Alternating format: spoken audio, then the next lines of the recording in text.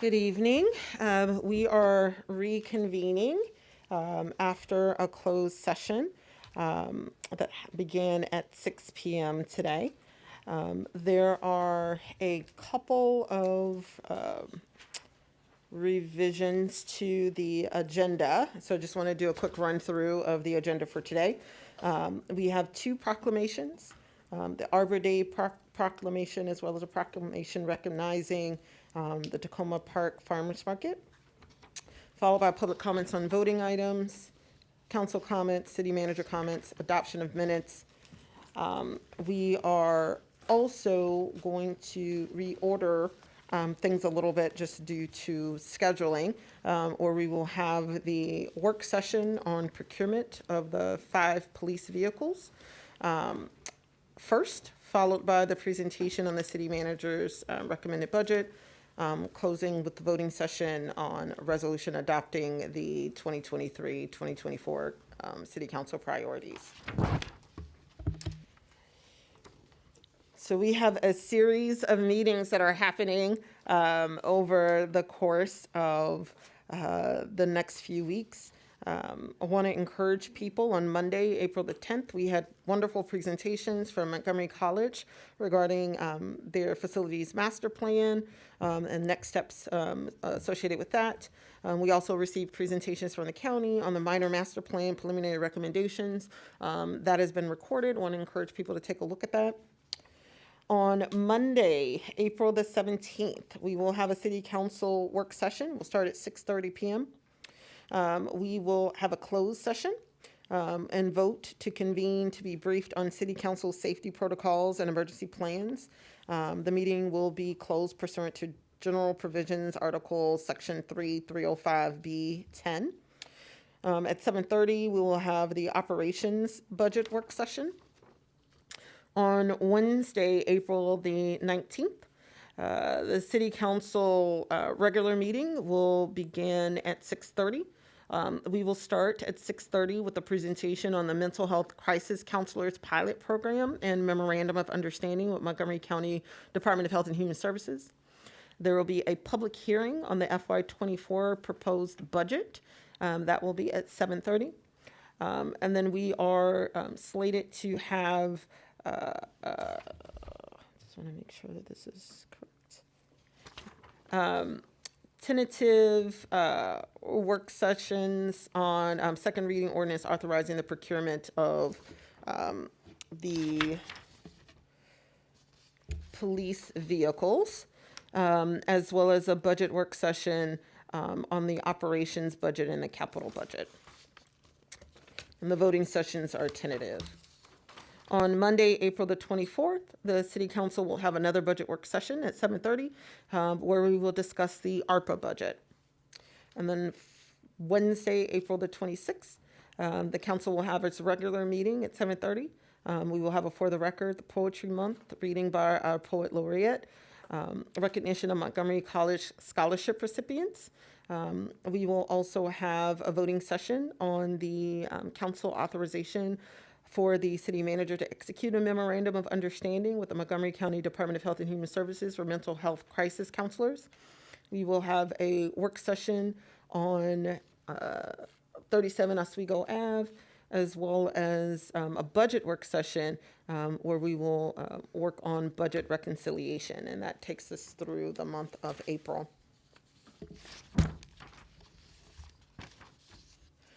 So I have the pleasure of reading a couple of proclamations for today. And the first is the mayoral proclamation supporting Arbor Day 2023 in Tacoma Park. Whereas trees are an important part of the character of Tacoma Park and provide many benefits to residents, such as improving air quality, reducing stormwater runoff, lowering summer temperatures, reducing energy use in buildings, removing air pollution, absorbing emissions that contribute to climate change, improving human health, providing wildlife habitat, and contributing to the beauty of our neighborhoods. And whereas the city plays a vital role in promoting and encouraging the protection and planting of trees and other environmentally sound practices, And whereas National Arbor Day is April 28th, and Maryland Arbor Day is April the 5th, and whereas the city is observing Arbor Day with a celebratory gathering and tree walk on April the 22nd, now, therefore, I, Talisha Searcy, Mayor of the City of Tacoma Park, Maryland, do hereby proclaim support for the urban forest in Tacoma Park and encourage residents to plant trees and help preserve the tree canopy. Wonderful. And the next proclamation we have is in honor of the 40th anniversary of the Tacoma Park Farmers Market.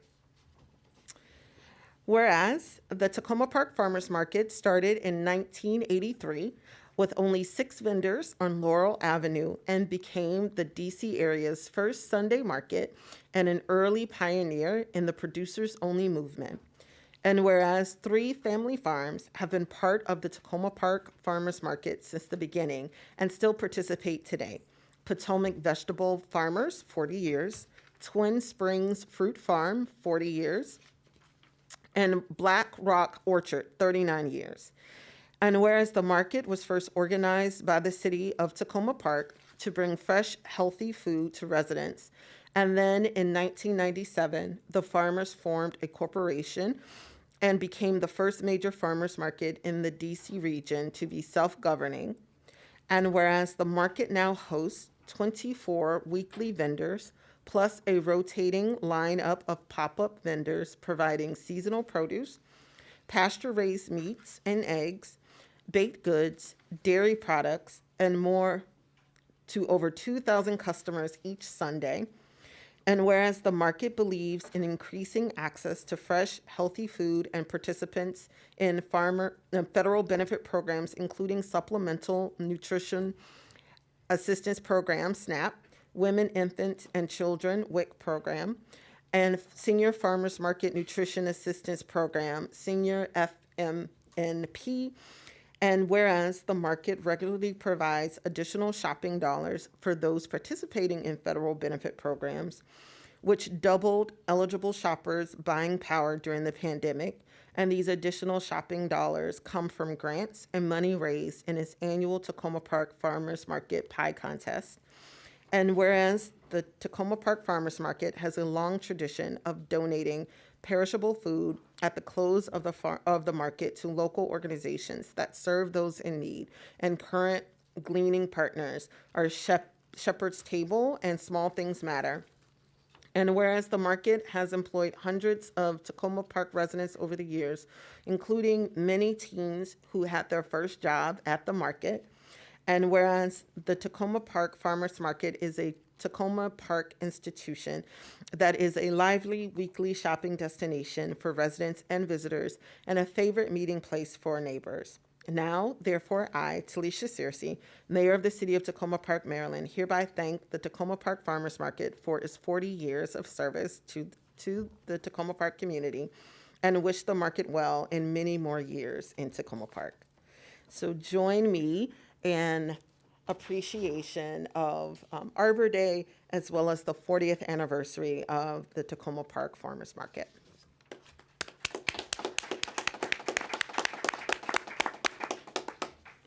Great.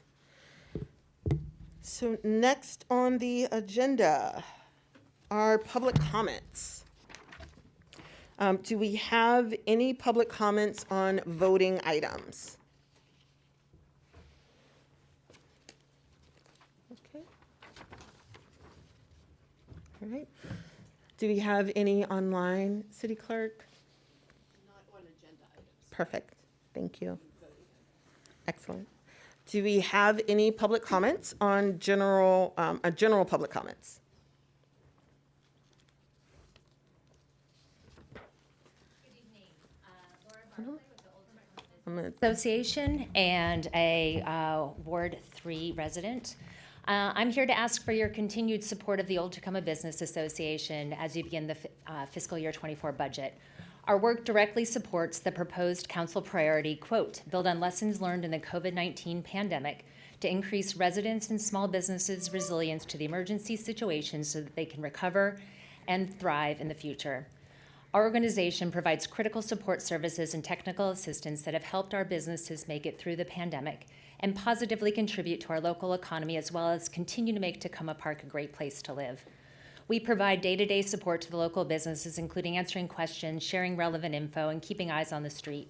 We also do the important work of promoting the commercial district to attract residents and DC area visitors to our small businesses, and we do this by running the Main Street Tacoma website, through social media, writing press releases, and we were voted the best Main Street in the DC area in the Washington City paper last year. The money that the City of Tacoma Park provides OTBA has a multiplier effect. Our organization is eligible to apply for many grants not available to the City of Tacoma Park directly, that directly contribute to the ongoing recovery of our local businesses. For example, over the last 3 years, we are able to distribute $410,000 directly to local businesses in the form of grants made by OTBA.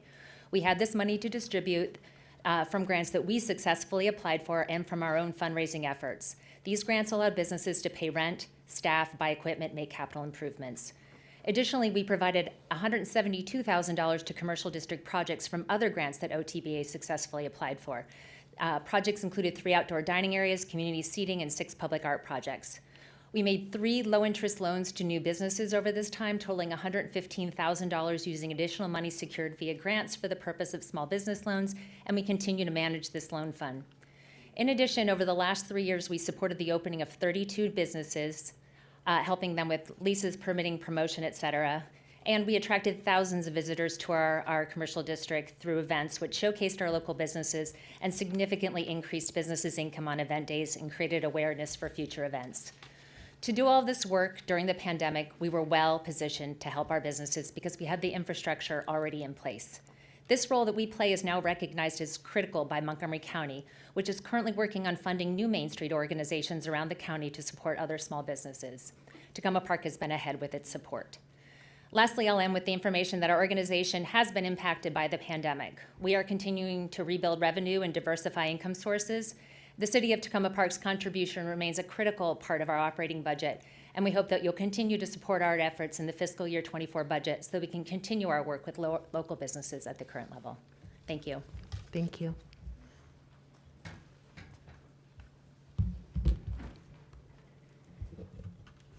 Sue Miller, Ward 3. Good evening. I came before you in February to make suggestions about the process for hiring a new city manager. Tonight, I ask for an update on that process and timeline. But my main topic this evening is public comments. For better or worse, public comments are the primary way that the public gets to interact with the full council. Some of you will recall that in January 2022, Council updated the council procedures, giving extensive thought to improving public engagement. At that time, I offered to hold resident workshops on how to make public comments to try to increase the breadth and diversity of residents participating. That offer still stands. One of the topics council discussed at that time was whether to have public comments at all meetings, including at the special meetings usually held on Mondays. The mayor stated at that time that a majority on council desired to have public comments at the special meetings, but the city attorney argued that council could not formalize that in the council procedures without first changing the code and charter. At the same time, the city attorney also agreed that nothing prohibits council from having public comments at Monday meetings if they so choose. Council then expressed the intention to have such public comments and to also initiate the update of the code and charter on this matter. After that discussion, public comments were allowed at all the Monday meetings in spring of 2022, with no long lines or apparent undue burden. So I was concerned to see the Monday meeting this week with no public comments. Residents might have wanted to comment on the Montgomery College or minor master plans. Those comments might have been helpful to council. And given the unusual number of closed meetings in recent months, there is heightened concern about any new exclusion of the public from council proceedings. So as we head into more Monday special meetings in this budget season, I want to draw the attention of the new council members to this history. I will send you my comments with a link to the 2022 meeting video in which it's discussed. But in short, please allow public comments at all upcoming meetings. And please follow through to rectify the code and charter on this matter. I believe this council wants to broaden rather than diminish opportunities for public engagement, and I make these requests in that spirit. Thank you. Thank you. Comment?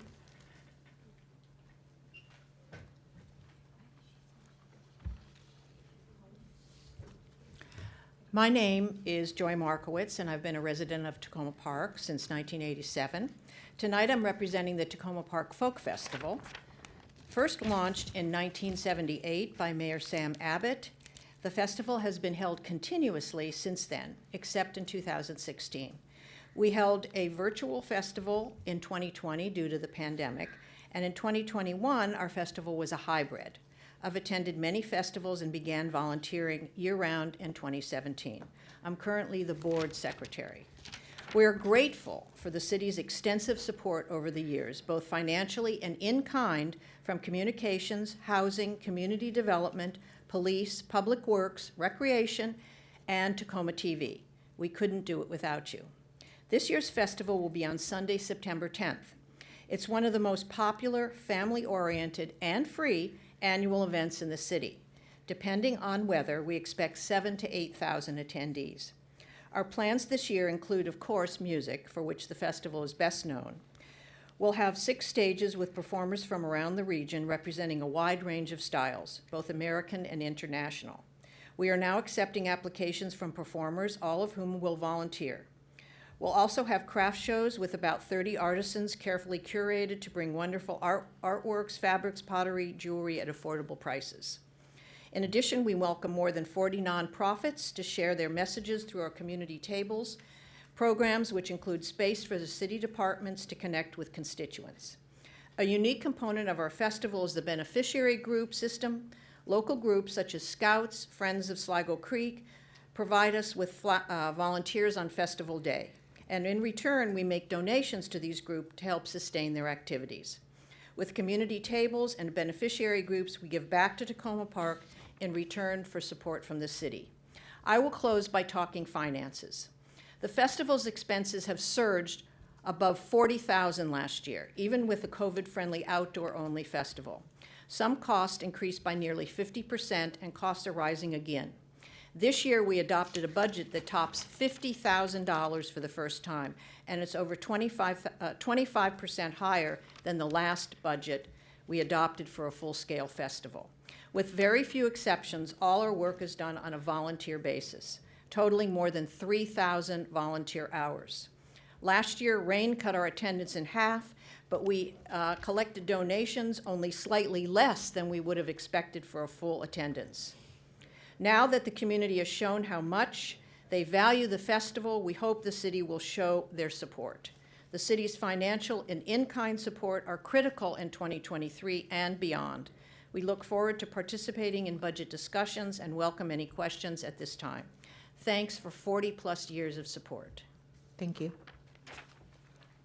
Comments, general comments?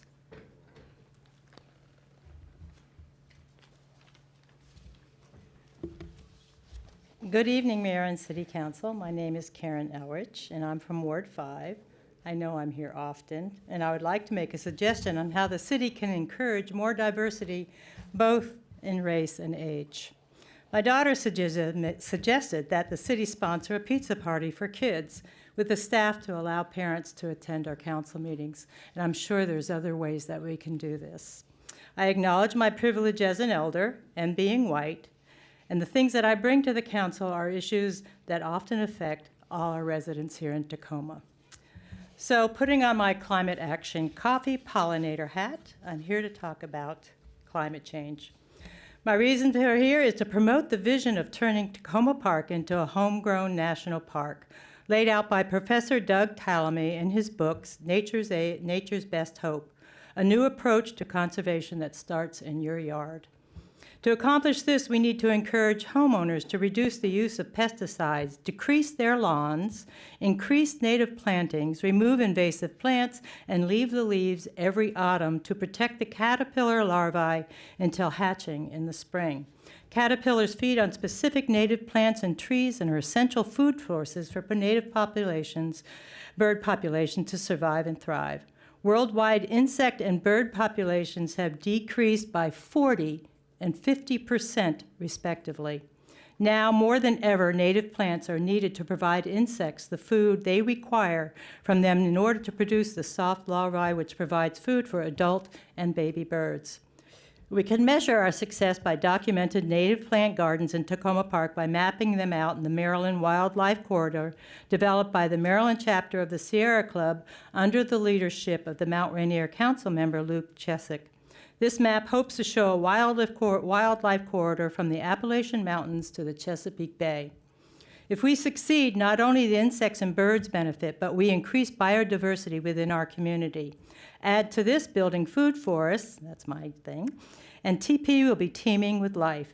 Take, for example, the quarter-mile native plant meadow created under the Pepco power line just off Route 410 between Riggs Road and New Hampshire Avenue. Since its inception, 125 species of native plants and wildflowers, 95 species of birds, approximately 75 species of native bees, and uncounted numbers of rabbits have been identified within that space. We urge the city to actively promote and involve homeowners in the effort to increase habitat and biodiversity by creating this contiguous wildlife corridors and joining the efforts of Mount Rainier and other local communities.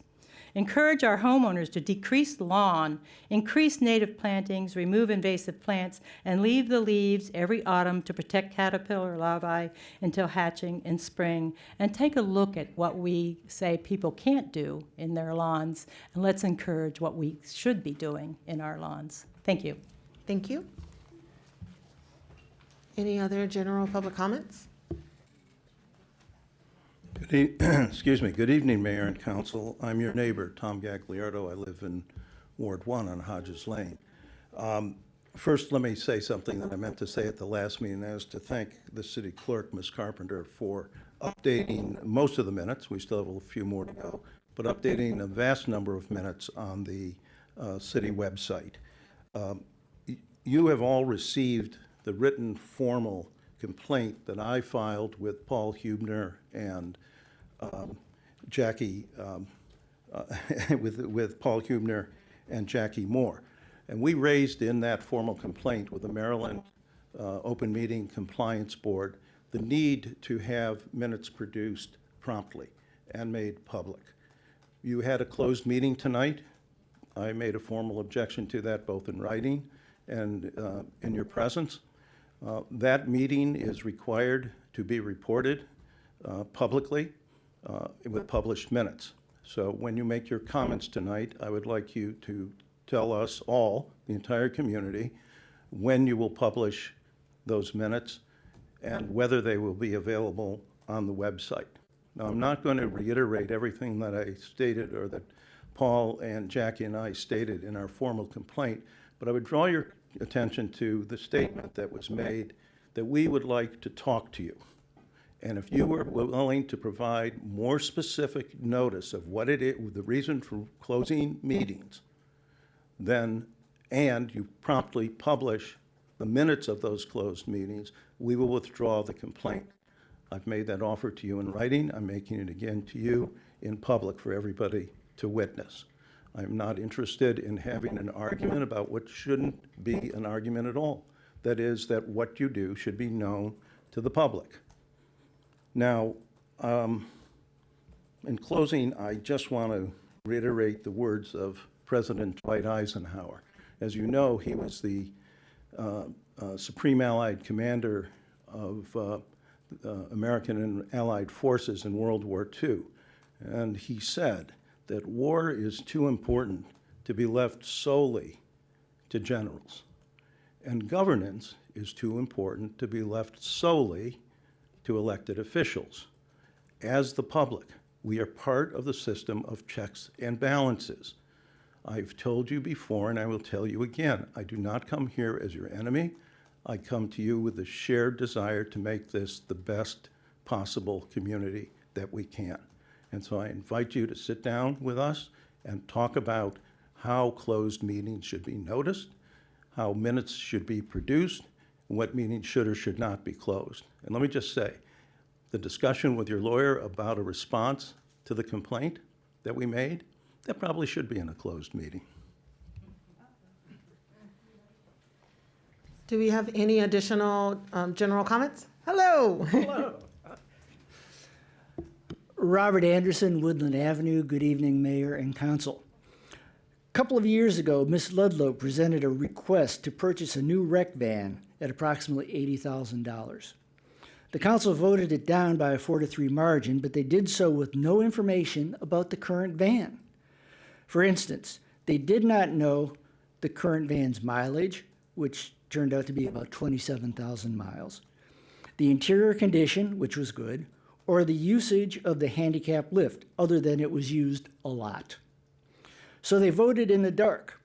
That van is currently parked outside beside the basketball court. I'd encourage you to walk by and see if you think it needs to be replaced now, let alone 2 years ago.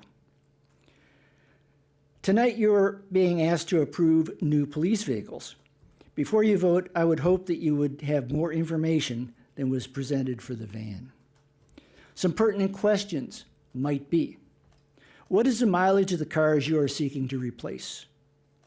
What is the annual cost of fuel for each of these cars? How much would be saved with hybrid cars? What is the annual cost of maintenance of the vehicles being replaced? How many patrol vehicles do we have? How many patrol officers do we have? How do police officers take their vehicles home with them? If so, how does that impact the wear and tear on vehicles? And what is the cost to the city? What is the condition of the interior and exterior of the vehicles being replaced? In your packet, there is a chart that can guide the replacement of vehicles with a numerical scale. Where do each of these replacement vehicles score on that chart? The requested vehicles are hybrid, which is a good thing. An electric car for me would also be a good thing. At this point, I can't afford one. Can the city? Thank you. Do we have any other general public comments? Come on down. Thanks. Hi, thank you for the Arbor Day proclamation and concern for the trees. I really appreciate that. My name is Sharon Broderick and I live on Holly Avenue. I have spoken with most of you at the recent Historic Tacoma Park meetings regarding the WMATA EYA development at Tacoma Station. We discussed a lot of the potential environmental impacts on the project with you at those meetings. We brought up concerns about the lack of green space, the massive footprint of the development, and how the resultant traffic and stormwater from the new development might create costly problems for the city. I was also at a meeting at Historic Tacoma with Mark Elrich. During that meeting, our county executive proposed that the city council, and more specifically the mayor, contact the Montgomery County Department of Environment to do an environmental study to determine some of the stormwater, shadow, and traffic issues surrounding this project and their Maryland impact. I'd like to know if this has been requested, and if not, why not?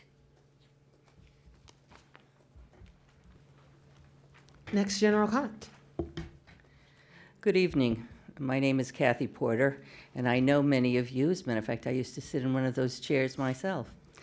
I'm here this evening wearing my hat as a board member of the Tacoma Foundation, and I'm here primarily to introduce to you Pamela Fields, who is currently our chair of our grants committee, and she's going to talk a little bit about the grants program. But before she does that, I want to explain to you why we're here at all. We are here because you all are one of the great resources that we in the Tacoma Foundation count on to get information about the availability of our grants out to the communities. I know all of you know your wards or the city very well, and you know where those kinds of organizations are that might benefit from grants from the Tacoma Foundation. We are particularly looking for small, new, community-based organizations that might not even shown up on the radar citywide yet. We have a grants program. It's not a big grants program. We don't give more than $5,000 for a single grant, but we have a flexibility that larger foundations and foundations that are not community foundations have, that we can afford to take a little bit of a risk. A small, new organization that has no track record, maybe a big foundation would find them a little risky. We would know them. We would know who was operating the foundation, whether the kinds of things they were trying to do was valuable to the community or not. And we can take a flyer. We can say, okay, this is a good, well-intentioned organization. They don't have a track record, but we would be willing to take a flyer and give them a grant because we think that what they're doing would be good for the community if they can succeed at doing it. So that's why we're here. That's what we want to do. And I want to introduce Pamela Fields. Thanks, Kathy, and she told you almost everything you need to know. But just wanted to very briefly, we have 2 grant cycles a year, and they're each about $25,000. We have a current cycle open now. The deadline is 5 p.m. on April 28th. We're looking for organizations that encourage and involve. Oh, I get 3 minutes by myself. I didn't know that. Oh my goodness, I can start from the beginning. Okay. Okay, so I am going to go back and tell you you probably all know this, but the mission of the Tacoma Foundation is to make grants that promote socially, environmentally, economically, and culturally healthy Tacoma Park community. The foundation supports dynamic, vibrant community that's inclusive, accepting, supportive, and understanding. So 2 cycles a year. We currently have 1 open, and as Kathy said, we're looking for a few things in organizations. Ones that encourage and involve resident participation in community life, ones that build connections between people, ones that empower community-based groups to address immediate community concerns, and ones that provide opportunities for residents from marginalized communities that would not be possible otherwise.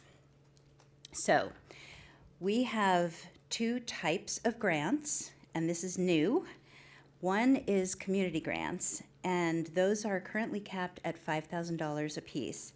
And these grants are designed to support the small nonprofit organizations' overarching mission. They don't have to have a program. They don't have to say exactly the way it's going to be used. So generally, that refers to nonprofits with an annual budget of less than $250,000. We have another type of grant that we're just starting called Solidarity Grants. And those are designed to demonstrate support and commitment to the larger nonprofits in the area that align with the Tacoma Foundation's mission in Greater Tacoma, and those are currently capped at $1,000. We're always looking for new programs. As Kathy said, we can be nimble where some of the bigger foundations cannot be, and quite simply, the foundation is really grassroots at its finest. And you are our best partners.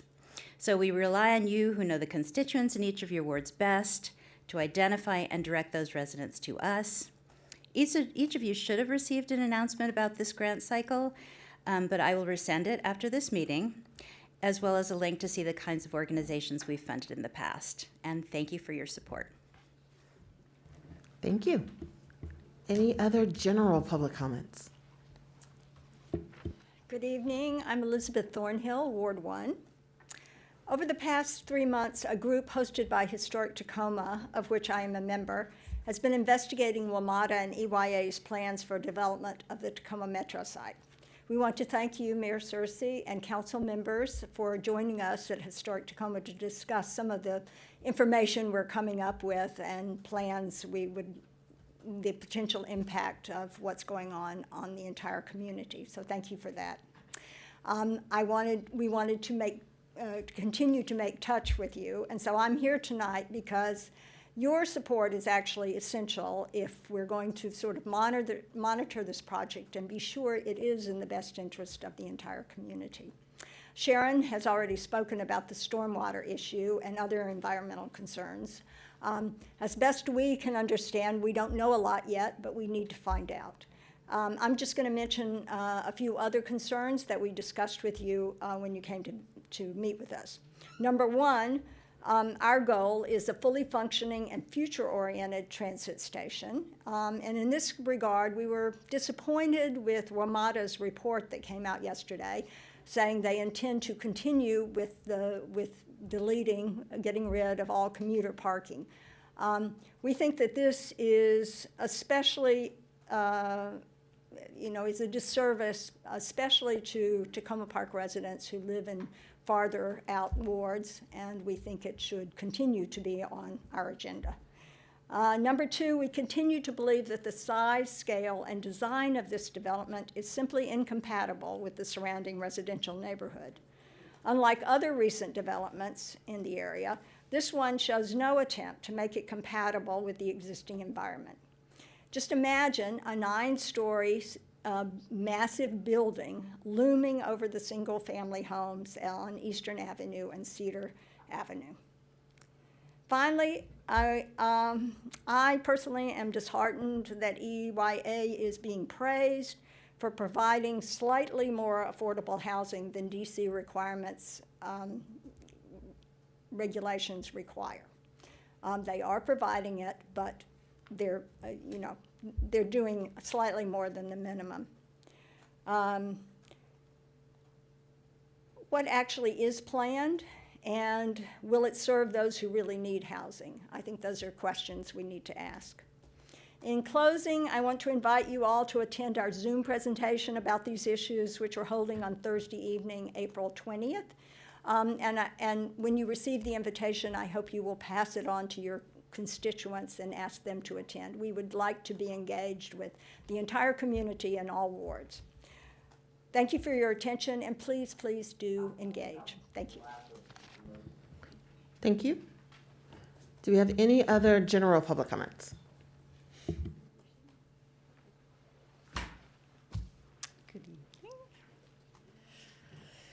Good evening. My name is Christine Simpson. I live in Ward 1. It's been a busy week for the Metro development.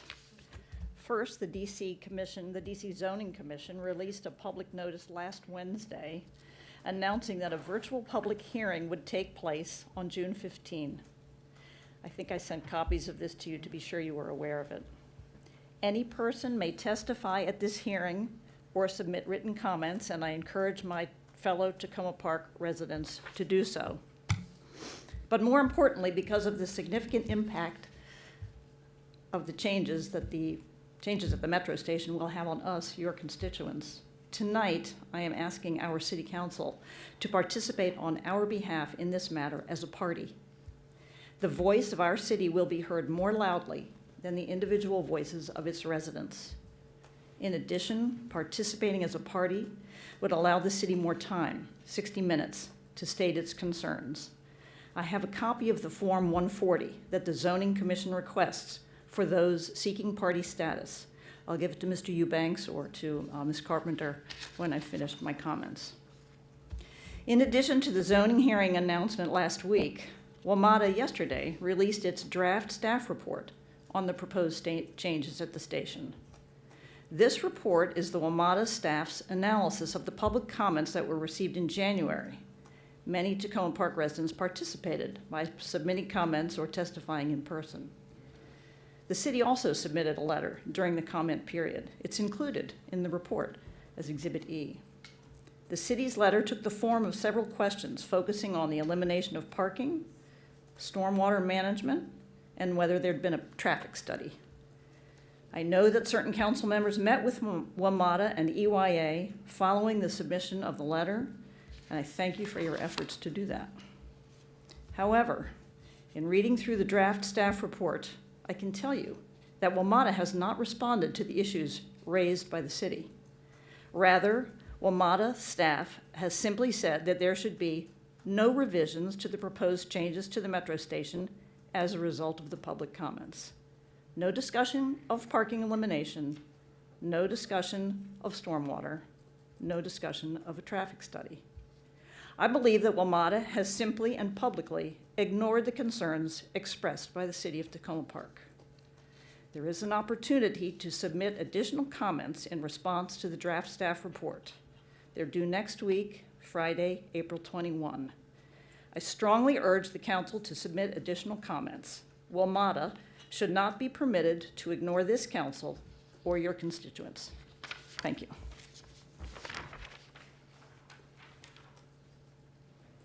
Thank you. Any other general public comments?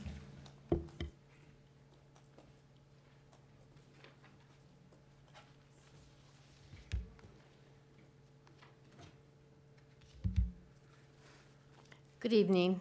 I'm Maureen Taft Morales, and I live in Ward 3. I also want to share concerns about the WMATA development. WMATA is, as mentioned, WMATA is eliminating all public parking spaces and allowing the developer to convert these public spaces to private use for the benefit of its new tenants, a total of 230 private parking spaces. We believe that WMATA should be encouraging development that promotes use of public transportation rather than increasing parking and traffic. The retention of many current spaces for public parking and the inclusion of more bike racks and share bike racks and spaces for more zip cars for the new residents would better meet the goals of WMATA and the community. We are also concerned about the size and scale of the proposed building. It is significantly larger than any other nearby multi-unit building and is incompatible with the single-family homes that face it across the street in Tacoma Park, Maryland, and on the other side of the metro in Tacoma, DC. Development can happen, but it should incorporate some of the scale and features of the surrounding environment, which the current plan does not. Moreover, it seems incredible that a development of this scope will not damage the heritage trees on the site, as some reports claim. The green space is treasured buffer between the Metro and Maryland residential area. WMATA had reportedly promised to keep it as such, as a green space, when Metro was built. Unfortunately, it appears that promise was not put in writing. We urge the council to remind WMATA of the goal of keeping some buffer between the Metro and the community, and urge that the green space be preserved with as little change as possible for the benefit of the new residents of the proposed building, as well as for the existing community and residents in Maryland and Tacoma, DC. Paths through the green space should be maintained, not eliminated, for all community residents walking between the Metro and our homes and businesses. We are also concerned about the environmental impact. The amount of impervious surface will increase significantly from 47 to 74%, and the storm water and sewage will flow into Tacoma Park, Maryland.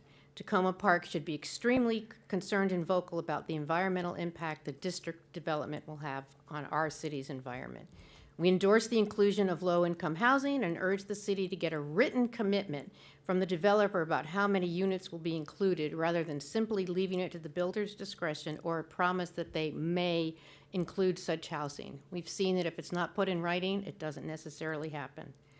I also ask the council as a whole to write to express these concerns forcefully to WMATA by the April 21st deadline, so that the changes it proposes to the metro station enhance both metro ridership and the surrounding community. Thank you very much for your time. Thank you very much. Any additional general public comments?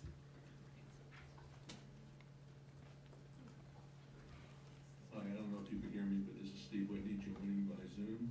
Great. So, Mr. Whitney, we're dealing with commenters in the room, in the auditorium, and then we will go to our virtual residents. So you just give us 1 second. No, 3 minutes. You're absolutely correct. Hi, I'm Elizabeth Wallace. I live in Hodges Heights. Some of you may recognize me. I ran for city council. Thank you, Shana, for winning. But I did want to pass on to thank you for everybody who voted for me. But I did want to say that I passed on all your concerns to Shana several weeks ago. So hopefully she'll address them. I didn't mean hopefully, but The thing I want to bring attention is one of the reasons why I ran is because I had 30 years of experience running a business, running and understanding what it means for overhead and expenses and what it takes to do a job. I used to secure passports and visas for executives traveling abroad, and 20 years ago we charged $50 average for doing that. That would entail preparing documentation, dispatching a courier to an embassy, them averaging about 5 minutes in the embassy, coming back out, and then doing it again when we had to pick up the passport, and then shipping it out Federal Express. The reason why I bring that up is $50 now would be $80 now. And this correlates to me, I was thinking about this today, is that I get charged, which is fine with me, by Tacoma Park, $50 for an owner-occupied group home license. That's fine with me. However, it's not enough. In order to issue an owner-occupied group home license, which I use for an Airbnb, where we share bathrooms and we share kitchen. This is different from an ADT. And it's more like 4 or 5 people living together in the home with me. I really share my home. So when we get the license, we have to submit the paperwork. Somebody has to process it. Somebody has to schedule to come to my house, similar to like a courier going to an embassy. They have to execute a inspection, which they do well, and leave, and then go process the paperwork, issue a certificate, and send it to me, keep the record so they know to contact me in 3 years to update it. Similar to getting a visa. The charge here is $50 for that. But the problem is, when I secured passports and visas, if we had to spend extra time at an embassy, we charged for that. So when you send somebody back because their inspection didn't go well the first time, you need to charge for that. So these expenses, you need to keep track of people's time and what it really costs to do the job, because there's no reason why somebody spending extra city hours inspecting my home, for example, should be passed on to the community, because this isn't a regular expense like trash collection and police, et cetera. So that's it. Thank you. Thank you very much. Any other general comments in the auditorium? Okay, now we can move to our virtual participants. Do we have, I thought I saw Stephen was here. Now it's gone. Right, we have 2 participants, Steve Whitney and then Paul Hubner. Okay, perfect. So Steve Whitney, you're up. Okay, thank you very much. Good evening, I'm Steve Whitney. I'm a resident of Ward 1, and I'm a member of the Tacoma Stormwater Solutions, which is a subgroup of the Climate Action Coffee. But tonight I'm speaking just as an individual resident. The blue skies and the spectacular blue skies in the absence of recent intense storms might tempt us these days to forget about stormwater management problems. I'd like to mention some reasons that the city should stay on task and even step up the pace. Official stormwater infrastructure maps tell us Tacoma Park is handling water from storm drains in Silver Spring outside the city, and also water from the Fort Slocum area of Washington, D.C. The Fort Slocum area water adds to our load in the Circle Woods area, which is possibly our most stormwater stressed spot. These are important inputs. We also know that stormwater from the metro site, which is in DC, floods across Eastern Avenue in moderate and heavier rain, and it damages property in Tacoma Park. To this day, we have video footage showing this. In very heavy rains, all these external inputs could tilt a managed event into a disaster, and exactly what these volumes are should be studied by competent engineers, and we should have answers for all these questions about those volumes. Volume data is fundamental to stormwater management. You really can't manage something that you haven't measured. And these input volumes should be known and discussed with adjacent jurisdictions. What can we do about this? Second point, the city's research contract with the Low Impact Development Center, LIDC, is excellent. LIDC's assessment of flood problem areas and remediation options for a couple of those areas will be a major accomplishment for the city. But the contract does not address comprehensive strategic planning. We need a comprehensive plan. It's heavy lifting. We need this to avoid purely reactive decisions when storm damage occurs. Here's just a short list of some recommendations that I think are important. Number one, we should follow up the LIDC study with funding that addresses private property damage, so the city gets experience dealing with the special problems of this interaction. Specific activities should be based on LIDC's recommendations and should be initiated ASAP. We should complete, number two, we should complete the list of micro watersheds where flooding is problematic that LIDC is working with. And we should engage residents in those areas to assess and to begin assessing and solving those problems. Three, we should provide incentives for multi-property stormwater projects where we'll get more bang for the buck than with single property projects. For example, help pay the costs of preliminary engineering studies. And finally, I'd like to recommend that people attend the Tacoma Stormwater Solutions webinar on May the 2nd at 7 p.m. It'll be promoted on Zoom, and we hope you'll join us. Thank you very much. Thank you very much, Mr. Whitney. Mr. Hubner, last but not least. Hi, Talisha. Good evening. Paul Hubner, Ward 3. Tonight, we'll see the FY24 budget presentation, and you, our council mayor and council members, bear the burden of making the hard decisions of city government. But that is only if you follow the past practice of previous councils. I suggest you follow your own directives from the dais and begin a new path, a new paradigm. Upon receipt of the budget tonight, return it to the city manager with clear instructions to send the staff proposals back to each and every department head. Direct the department heads to resubmit their request for funding at two additional metrics, one at constant yield of 51.83 per hundred and another at the current property tax rate of 53.97 per hundred, as well as the 57.05 rate proposed by city government. Department heads should modify their budgets and make any and all necessary transfers or cuts to each department to align at the expected revenue that would be produced at the above tax rate. They should also produce exactly what they would need to do in their department to achieve the resulting expenses to align with expecting revenue at those two rates.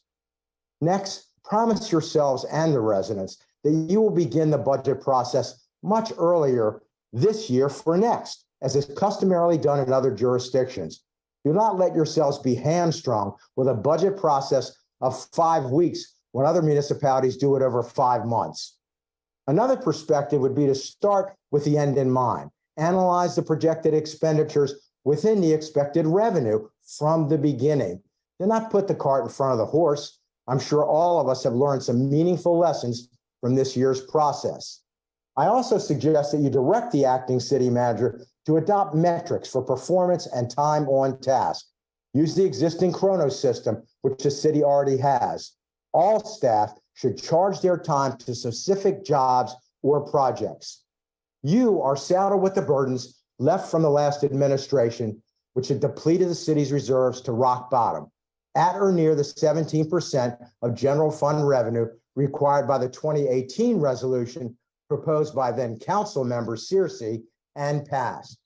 It is true that the property tax rate has stayed constant, but home assessments have risen dramatically, and the current proposed rate of 57.05 per hundred added to the 4.1 to 11% increased assessments means that Tacoma Park residents will pay a whopping 10% increase in property taxes in 1 year alone.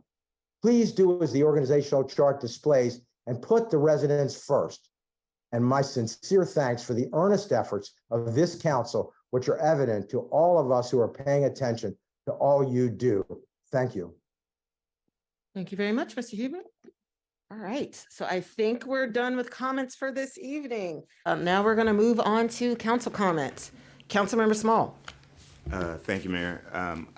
I will intend to be brief. The first thing that I wanted to say is that to the members of the Historic Tacoma Nexus for Development, I sincerely apologize for missing the meeting, and I intend to make it up with you. It is just related to the fact that phones disappear in the dark, and if they're black and it's dark, then you just miss them. And so I apologize. Secondarily, I did want to talk about a couple of things. Most importantly, that we did hold a meeting that I convened with the Purple Line executive team, for lack of a better term, including the executive director, the project director, representative from State Highway, project engineering and whatnot. And we did a walkthrough from basically the crossroads to the other boundary, but I did include the excoriation of them for the continued divots related to their alleged building and their lack of concern for the substrate and the density of having high volume trucks on those areas and the funneling of traffic in those areas and whatnot. We were fortunate in that we got to point out the examples of egregious conduct that happen in the area due to the fact that they have largely abdicated responsibility with regard to the pedestrian safety issues or immediate traffic safety issues that are there, putting increased pressure on our police department and the residents on both sides of the issue. They were effusive in their desire to fix things and ardent about their commitment. As an aside, they admitted that their bus station was an incompetent build and that they were committed to doing more this time around. And as a result of that, and apropos nothing, we didn't receive anything back from them that they said they were going to give to us, including emails or any sort of larger further process with either the town staff, myself, or Delegate Charkoudian or her staff. I waited a week until I replied to that email to see if there would be any sort of additional conduct, and nothing occurred. The irony about that is that one of those actors is State Highway, and one of those actors is the Purple Line. And it is efficient for them to put all of those things where they are, but it is apparently not efficient for them to be anywhere concerned about the material safety of the residents in that area. Additionally, you can turn off the time, I'm not gonna probably make it. Additionally, I would say that there are concerns about the relative responsiveness of any of those state actors to the staff associated with those things. I made an exhortation about the fact that while I was very upset and had the right to be such because I was an elected official, they shouldn't hold the staff accountable for my concerns because they had to maintain working relationships with these people. And I understand how that goes because around here there's a lot of people who seem to think that favor and making sure you know people and making sure you think you know the rules and whatever else is going to benefit them in the long run. Because some of those actors, and a great majority of the actors that are involved in this all live in this town because it's a self-selecting community, it's ironic to me that we have direct examples of this kind of apathy at the same time as we have the kind of profound exhortations that we get from people who allege that they know things without indicating any knowledge of anything other than the fact that they continue to come in here and say they know things. Additionally, there is some degree of concern that I have about people who may or may not engage in continued harassment on these issues of a relatively new council for the purpose of trying to presuppose that those people would be ignorant enough to have to rely on their counsel when they haven't indicated any sort of real professional experience that would require those things of them. That being said, there were several fantastic public comments in this room. And I can evaluate those both as a political scientist or as a person who used to do this or whatever. I keep saying that. It doesn't seem to matter. But there are substantive concerns that the people who got elected here have about the way that people get down in this place. They plied their wares, get elected, I'll say it again. The assumption that anybody who lived in any place could concentrate their knowledge to some degree, that nobody else would know anything, and that they need to continue to be obdurate in requiring things that are legally not necessary is profound to me. Putting themselves in legal jeopardy is profound to me. But the one thing I will say about this is the kind of premise that is the nexus here for both a certain kind of thing and some of the other issues that are the nexus with regard to the development at the Metro. And that is that it is a separate jurisdiction, and there have been any number of opportunities on that side of the line that were scuttled by people over here for favor and expertise and power, privilege, those kinds of things. So I was looking around, I was thinking about it, and one of the things is like the Fair Housing Association and the policies that were implemented in this area with regard to single-family homes and the institutional nature of norm shaping about privilege associated with having a single-family home when there was an active attempt to make those things racially exclusionary even here. And so when you talk about the legacies and historical legacies and wonderful legacies of this place, and you talk about the relative paucity of black homeowners in this place now, and then you look at things like even on Vox where there it says, I grew up in Maryland in a town not far from Tacoma Park, and I can promise you it's one of the most outwardly progressive places I've ever been. Many of these suburbanites haven't made the connection between their personal views on racial, social, and economic justice and the zoning policies that dictate who can and cannot live in their neighborhoods.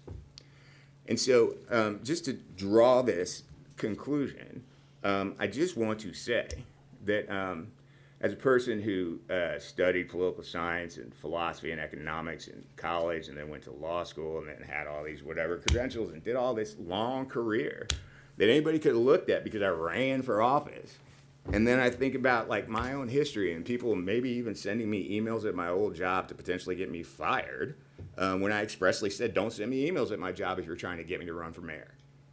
I just don't understand what the point is, because candidly, if we are bloated in our budget and or we are bloated in the manner in which we provide services and or we don't provide enough effective services and or there are people who can point out really tangible factors of the way in which decisions have been made, continuing to harp on the fact procedurally of the desire to know these things seems absurd to me, because you were all involved in the process whereby all these things got messed up.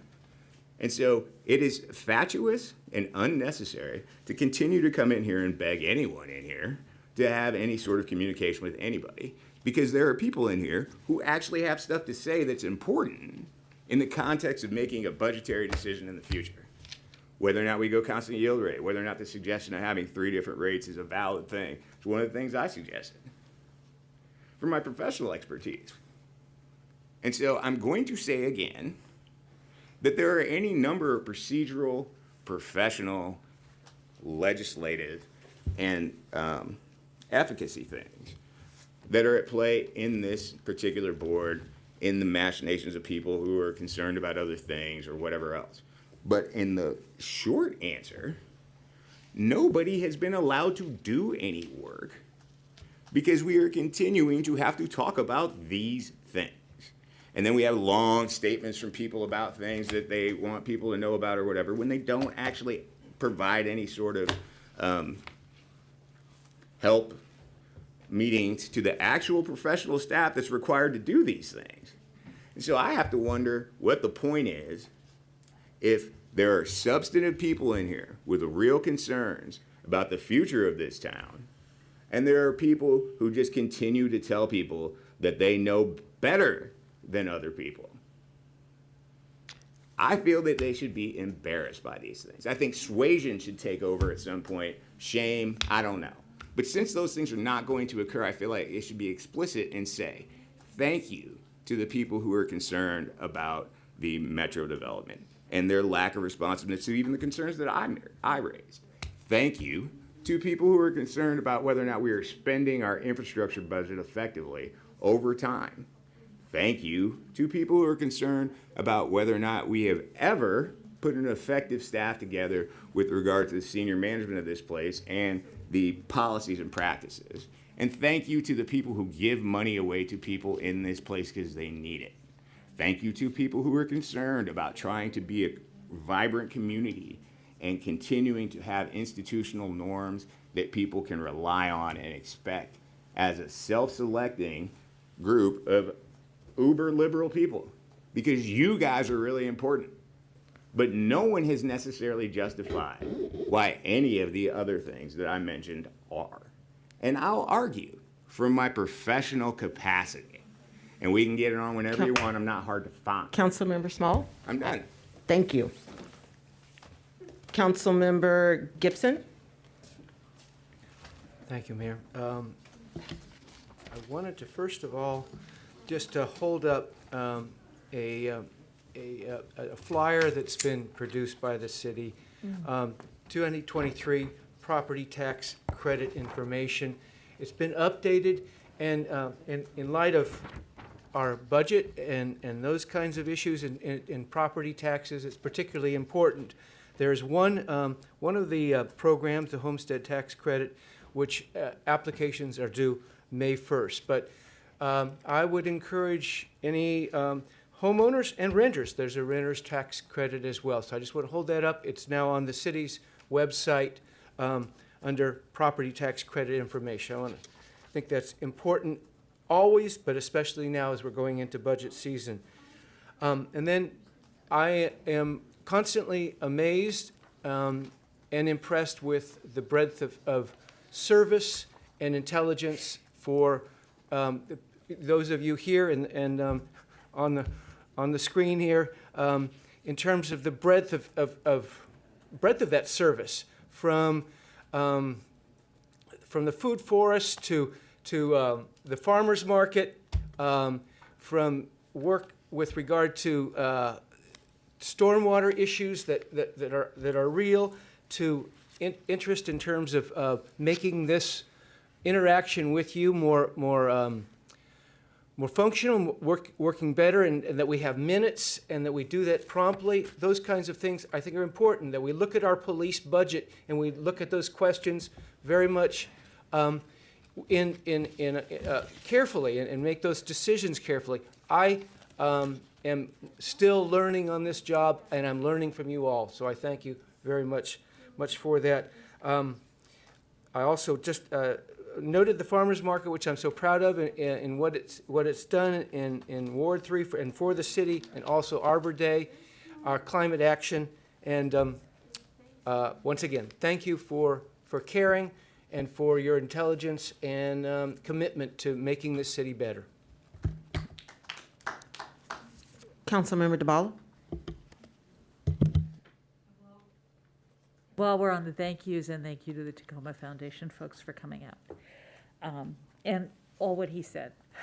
I won't repeat it, except to expand on the property taxes. I just borrow that for a second. So homestead tax credit, almost everybody gets one if you're a single-family homeowner. You need to check by May 1st to see if you have to update your paperwork. It's a one-time thing. It applies to most people who get the $692 credit that you need to update. So just to repeat what my fellow council member said. So to the other comments I was going to make, because that was going to be one of them. Just briefly, there will be Ward 2 residents. I hope you're ready to spend Thursday evenings with me. This Thursday evening, the first of two budget discussions for Ward 2. The first one is at 7:30 tomorrow night. It's on Zoom. The second one is a week from Thursday, the 20th. It's in person at the Rec Center on New Hampshire Avenue. So you get to choose your style, your approach, whether you want to be in person or not, but it'll be similar content. And a public safety meeting takes us through the end of April, Thursday, April 27th, 7 o'clock, again at the rec center. That one is a hybrid. If you want to register, if you want to do Zoom on that one, you need to pre-register because it's a hybrid. It's both in person and on Zoom. And a couple of follow-ups. So on Monday night, we did have a presentation on the minor master plan, and the city manager's not here at the moment. He's in the audience. And so when it's his turn to talk, I'd appreciate him repeating to whom and how council members and residents can comment on the minor master plan recommendations that we heard, because maybe it's because I was remote, but I missed it. And it's come up again tonight. So that would be my request there. And then I would like for the council, not now, to address the question of, particularly during budget, whether we can accommodate. It goes both ways, right? Because if we have public comment on budget on Monday nights, then we're not hearing about the budget. So, but I would like to follow up on that. I don't want to lose that thought. That's it for me. Thank you. Did you get that? I didn't realize that you were. You want me to answer now? If you have an answer, that'd be great. Sure. We can send any comments, council member, to the planning email, which is planning@tacomaparkmd.gov. Okay. So again, the comments go to the county planning folks. No, these would come to the city, and then we would forward them to the appropriate but using persons. the planning, right? Okay. Right. Thank you. Councilmember Fulcher. I just want to quickly comment that Montgomery County Parks is holding a celebration for the updated Silver Spring Intermediate Neighborhood Park. That's the park that has the basketball courts that's right across the street from Montgomery College that you often see young adults playing a lot of basketball, which is really great when you provide not only playgrounds for younger kids, but also recreation experiences for us older kids. And that is at 7801 Chicago Avenue, and that'll be this Saturday from 11 a.m. till 1 p.m. And then for those of us that have kids, a reminder that the bathrooms, the porta potties, have been put back in, or getting put back in Montgomery County Parks starting April 1st, and so most of the parks in our area should have their porta potties already. So, which is a concern for my family. Councilmember Honzak. Thank you. I just wanted to say I really enjoyed having 15 people and lots of people here really in the audience.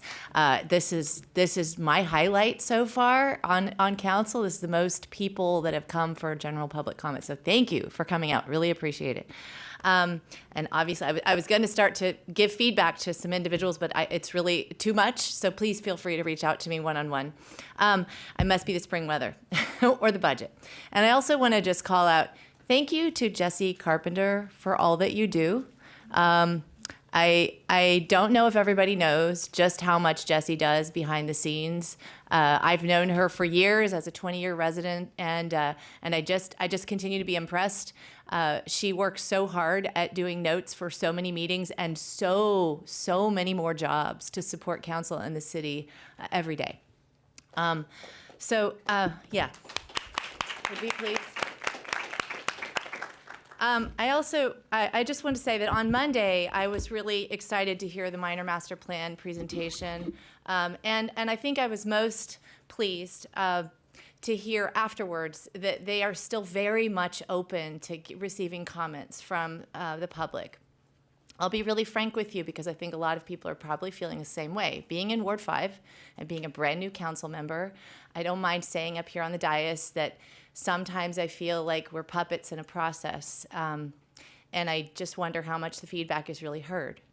And I appreciated the presentation we got the other night, but I really want to see a written report to see what's really in there. The devil's in the details. There was a lot of general stuff that was said, and I generally support some of it, much of it, but I think the devil's in the details. And I was assured up and down and left and right that we can continue to give feedback. So please come out on April 18th for the community meeting on the minor master plan, if that's not on your calendar. Do I have that right? Can someone confirm? April 18th, the community meeting? Okay, and Yes, that's correct. And thank you to Gibson DeBala for bringing up the tax credits. That's really important to people in my ward. People are really worried. I am worried myself. I just went and tried to apply myself for one of those credits. I'll tell you how it goes. And on April 25th, I am trying to organize a budget meeting from 7:30 to 9. It will be on Zoom. I don't yet have the admin code for the Zoom. I'm looking to figure that out with the city clerk. On Friday, April 14th, this Friday, we're meeting with the State Highway Administration. I'm really excited to have that be my first time to do that. It's been, we haven't had a meeting in a year, I understand, as a council. On this Sunday, I will have, oops, I just lost my screen, at 8600 Flower Avenue. I'm going to have my first office hours in the northern end of our ward in the Spanish-speaking area in a private lot that someone's agreed to let me use in their yard. So we'll see how that goes. I'd like to continue to do that. And one more thing, this Sunday, April 16th, from 12 to 5 is a family fun festival at 7600 Flower Avenue, hosted by the Adventist and the Washington Adventist Student Association. It should be a lot of fun, and I hope that people will come out. A few of us will be saying a few comments from council. Thanks. Great. One of the joys of going last is you don't have as much to say because others have done a lot for you. So first I want to thank everyone that has come out and provided comments tonight. As was mentioned, Councilmember Fulcher and I, along with staff, did have an opportunity to meet with WMATA as well as EYA. There's definitely going to be follow-up activities associated with that, but I feel very strongly it was a good open communication, which will allow for information sharing and potential additional information that can be shared with the community. As Councilmember Hanzak mentioned, we are meeting with SHA this week, and this is just part of our regular quarterly, hopefully quarterly.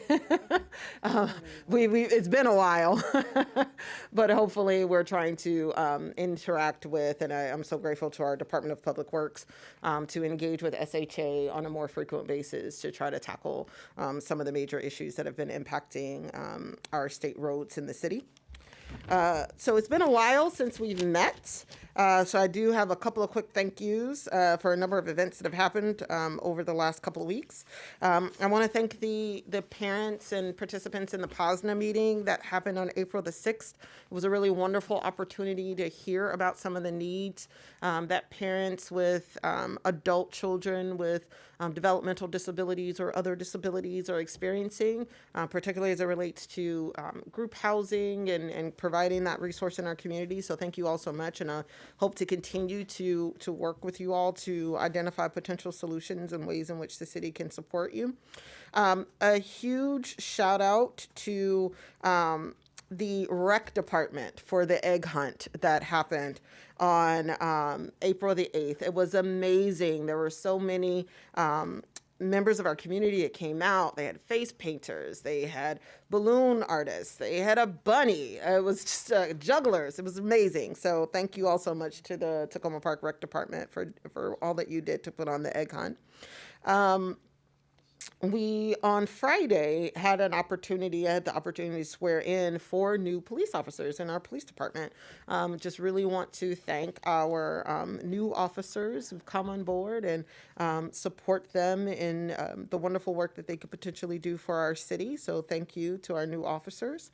Also had a chance last night to meet with the PTA for Piney Branch and Tacoma Park Elementary.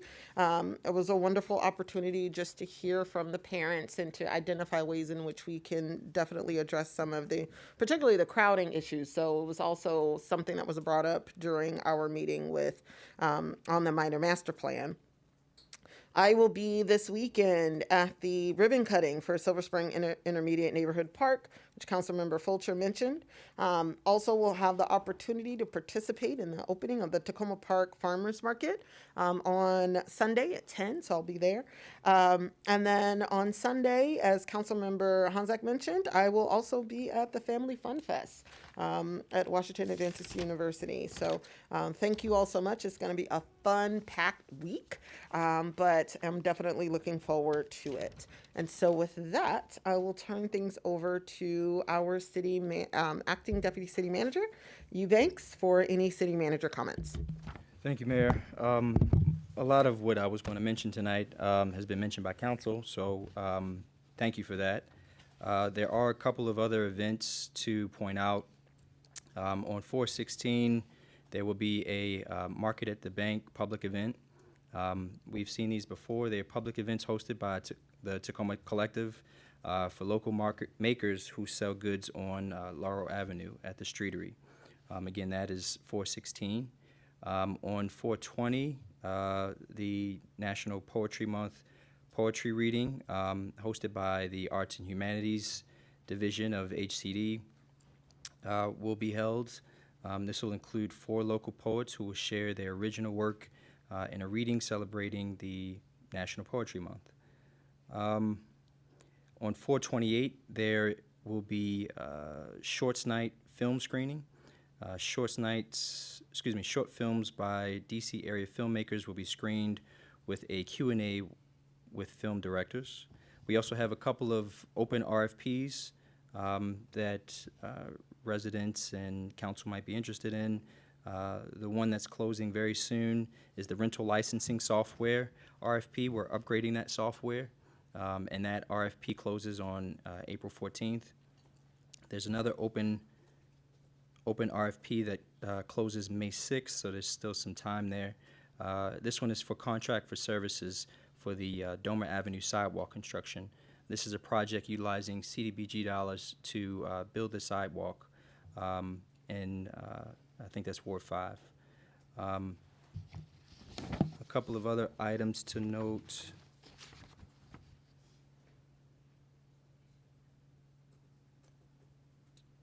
We've already mentioned the Tacoma Park Minor Master Plan meeting to be held on Tuesday, April 18th. On the city's website is the link to that event, as well as some additional detail. Staff are working hard to identify options for transitioning the TKPK 5K race to new management, and we invite residents and businesses and organizations who are interested in potentially participating in organizing the race to join a meeting held on Tuesday, April 25th at 7:30 to learn more about how it's been done in the past and how it could look in the future. There's a Zoom link for this as well, and that will also be posted on the city's website and in the city manager's comments when it's updated tomorrow. And then a couple of notes from the Recreation Department as well as Public Works. On Saturday, April 1st, the city's vegetation maintenance staff invited community members to participate in an invasive plant removal in Circle Woods. The event took place from 10 to 2. This was the first part of a larger program to remove invasive plants and replace them with native plants. The city received a $10,000 grant from PEPCO for this project. Information about this project can also be found on the city's website. The MD Department of Transportation has notified the city that the long-awaited street restoration project on Carroll Avenue should be getting started in a couple of weeks. The project includes all of Carroll Avenue from the DC line to University Boulevard. Prior to the road resurfacing, the contractor will be making repairs to the curb ramps along the street, as well as improving sidewalk conditions on the sidewalk across from the former hospital entrance, as well as installing new sidewalks between Merrimack and University Boulevard. And then from the Recreation Department, we mentioned the egg hunt. That was very successful on April 8th. We also want to make note that registration is open today for scholarships for the school year, 2023 to 2024 school year child care program. Registration will continue for the next couple of weeks. And that is it, Mayor. Great, thank you so much. And as was mentioned earlier, we're going to reorder things a little bit. We can take 5 minutes. We will take a 5-minute break, and then we will reconvene with our police vehicle procurement. So I'll give folks 5, and then we will reconvene. Thank you.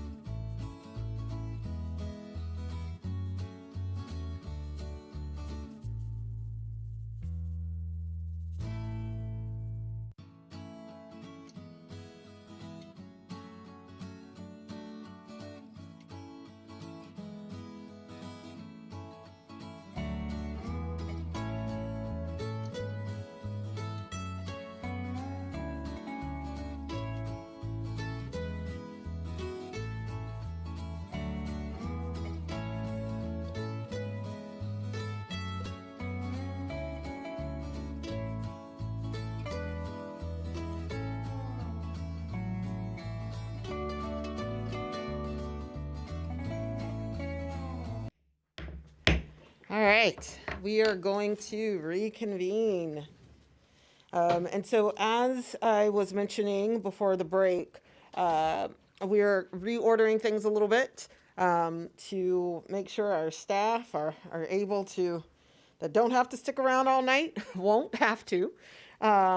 So we're going to go straight to item number 3 in the agenda, the work session on procurement of 5 police vehicles. So with that, Acting Deputy City Manager Eubanks, I'm going to turn this over to you. Thank you, Mayor. Chief Duvall is actually going to introduce us, so I will now turn it over to Chief. Thank you for the opportunity. I appreciate the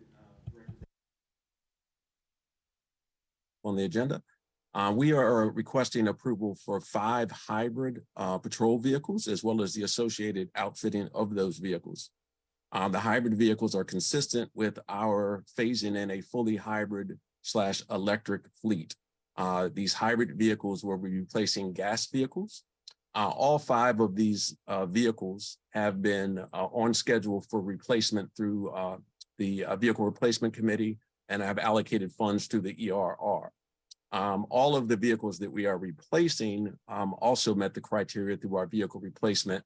And Director Braithwaite is here to talk specifically about any questions about the vehicles that we are replacing. We have been struggling to get vehicles due to the pandemic. There was one year where we couldn't get any vehicles at all. We still have not received the vehicles that we ordered last fiscal year. So we are currently working with vehicles that should have been deadline.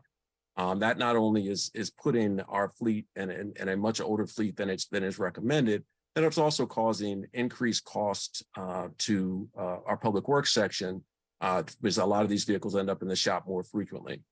So right now we are working with a situation where we're almost fully staffed, and we do not have at times sufficient spare vehicles when our assigned vehicles are being in for repairs or may be involved in an accident or so on and so forth. So we desperately need these vehicles. We were able to get fiscal year 23 pricing on these vehicles, which is good because any of the vehicles that we purchase after this lot would potentially fall under the fiscal year 24 pricing, which is more expensive. So Director Braithwaite, both she and I are here to answer any specific questions. I know I answered a bunch of questions in writing from council members earlier this afternoon, but we're here to answer any specific questions about the vehicles in question. Councilmember Small. Thank you, Mayor. I have some general questions that I don't mean to have a lot of them, so I'll defer as necessary.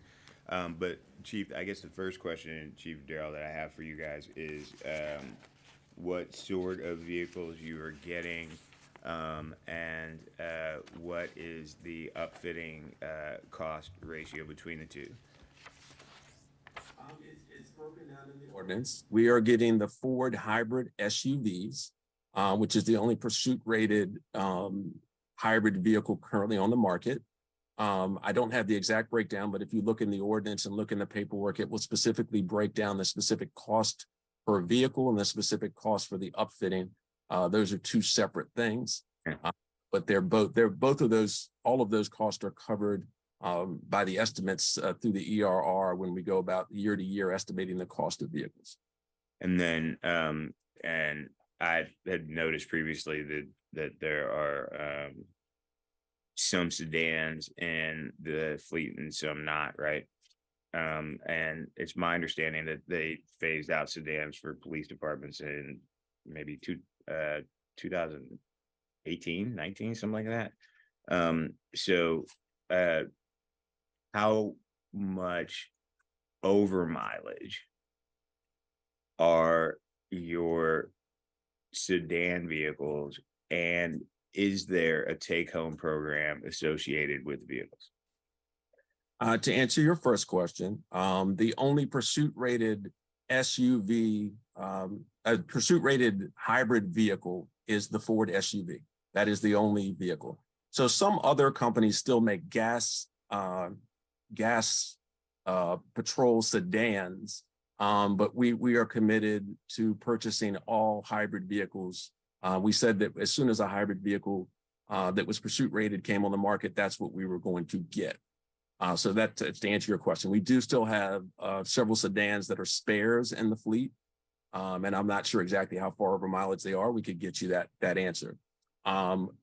Through our collective bargaining agreement with Local 400, all of our officers have take-home vehicles with 25-mile radius of the city. That is a contractual thing. Almost all departments within the metropolitan area have that. To attract officers, that's something that we absolutely need. But that is also a contractual agreement with Local 400. And then those were a couple of softballs so that you could more fully flesh out the overall parameters. But now I kind of have a question about the nexus between what I would assume is the environmental benefits of transferring vehicles versus their amortization and the amortization schedules for those vehicles. And if either one of you could speak to, I would assume Daryl could speak to this, to the first part of that. But with regard to the specifics of whether or not these vehicles are necessary, I'd just be curious to know where in the matrix it is, or like in the legit thing when you're doing the insurances and all that other stuff. I mean, I can speak to the vehicles as far as replacement. Originally, these were going to be gas replacement vehicles. We are replacing them with like vehicles, just hybrid vehicles. So they were on schedule through the vehicle replacement schedule to be replaced. So in other words, we were going to replace these vehicles anyway, but instead of buying the gas vehicles, we're buying the hybrid vehicles. That's the only change, but they're like vehicles to what we would have purchased. The only difference was that we are getting the hybrid, not the gas vehicle. A couple years ago, when the hybrid became available, we went back to council and advised them of the increased cost of the hybrids, and that was also factored in to the long-term cost of the vehicle replacement. And then, I'm sorry, one last one, and that is related to the use of the vehicles. And I'm not necessarily, and if the amortization schedule is such that they were to be replaced, you mentioned something about the vehicle or about the previous order and it not being fulfilled. Are these vehicles on a lot somewhere to be distributed, or are these vehicles that are being ordered to be made? And where does this purchase fit in with the previous lack of possession, I guess, is because that's not on you guys, that's on other stuff. So this is not unique to our agency. All law enforcement agencies, because of the delay in ships with all of the vehicle manufacturers, it's not unique to law enforcement, it's unique to vehicles in general. So these vehicles were on schedule for this year. The vehicles from last year were on schedule from last year. Yeah. I believe that all of those vehicles are already made. We are just waiting for delivery of those vehicles to our department. At such time, we will be able to upfit them. But all of these vehicles were on our schedule. Normally we would have received the vehicles from last year much more quickly than we received them. So these vehicles that we're purchasing this year were on this year's schedule. They have nothing to do with the delay in last year's purchases. Oh, no. I didn't mean to imply that was the case. I was just curious about timelines with regard to deliveries, if they were already backed up on the previous year's stuff. So just to clarify, we have been told that those supply chain issues have been resolved. And we've been told that we can expect to get back to the regular schedule of getting big vehicles much more quickly.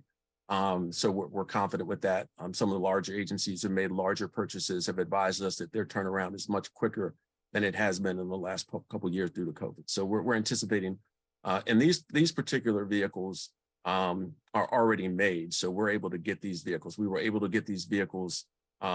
They were overages that other departments did not purchase. So we're not having them actually build these vehicles. These vehicles are actually ready for purchase where we can take possession of them, which is also a benefit. And as I explained earlier, we're also going to get the fiscal year 23 pricing on them. Thank you. Councilmember Duvall. Yes, thank you. I've got a few questions and an exciting possibility in terms of paying for these. So just to go over a couple of things that I think I heard that were on my list. So these these were in the budget, they were scheduled to be replaced, they meet the requirements of the administrative policy on replacement of vehicles generally. Got that. In the blue cover sheet, it says that there were 7 vehicles in the fiscal 23 budget. And so this is 5. Does that mean there are 2 more coming, or am I forgetting that we don't need the 2, or? There are 2 more coming. We were able, as I said earlier, we were able to get these 5 outside of what are the scope of what we normally have them build them. We reached out to others, and so there are going to be 2 more coming. So they had 5 through this contract, and we got to snag them because I thought that was a decent price, actually. Yes, ma'am. And I stress that to lock in that pricing is critical, because when we factor in the cost of vehicles, we look at what we estimate the cost to be that fiscal year, and there's a phased in increase each fiscal year as we anticipate the cost of the vehicles increasing. So the fact that we were able to get these was a good thing.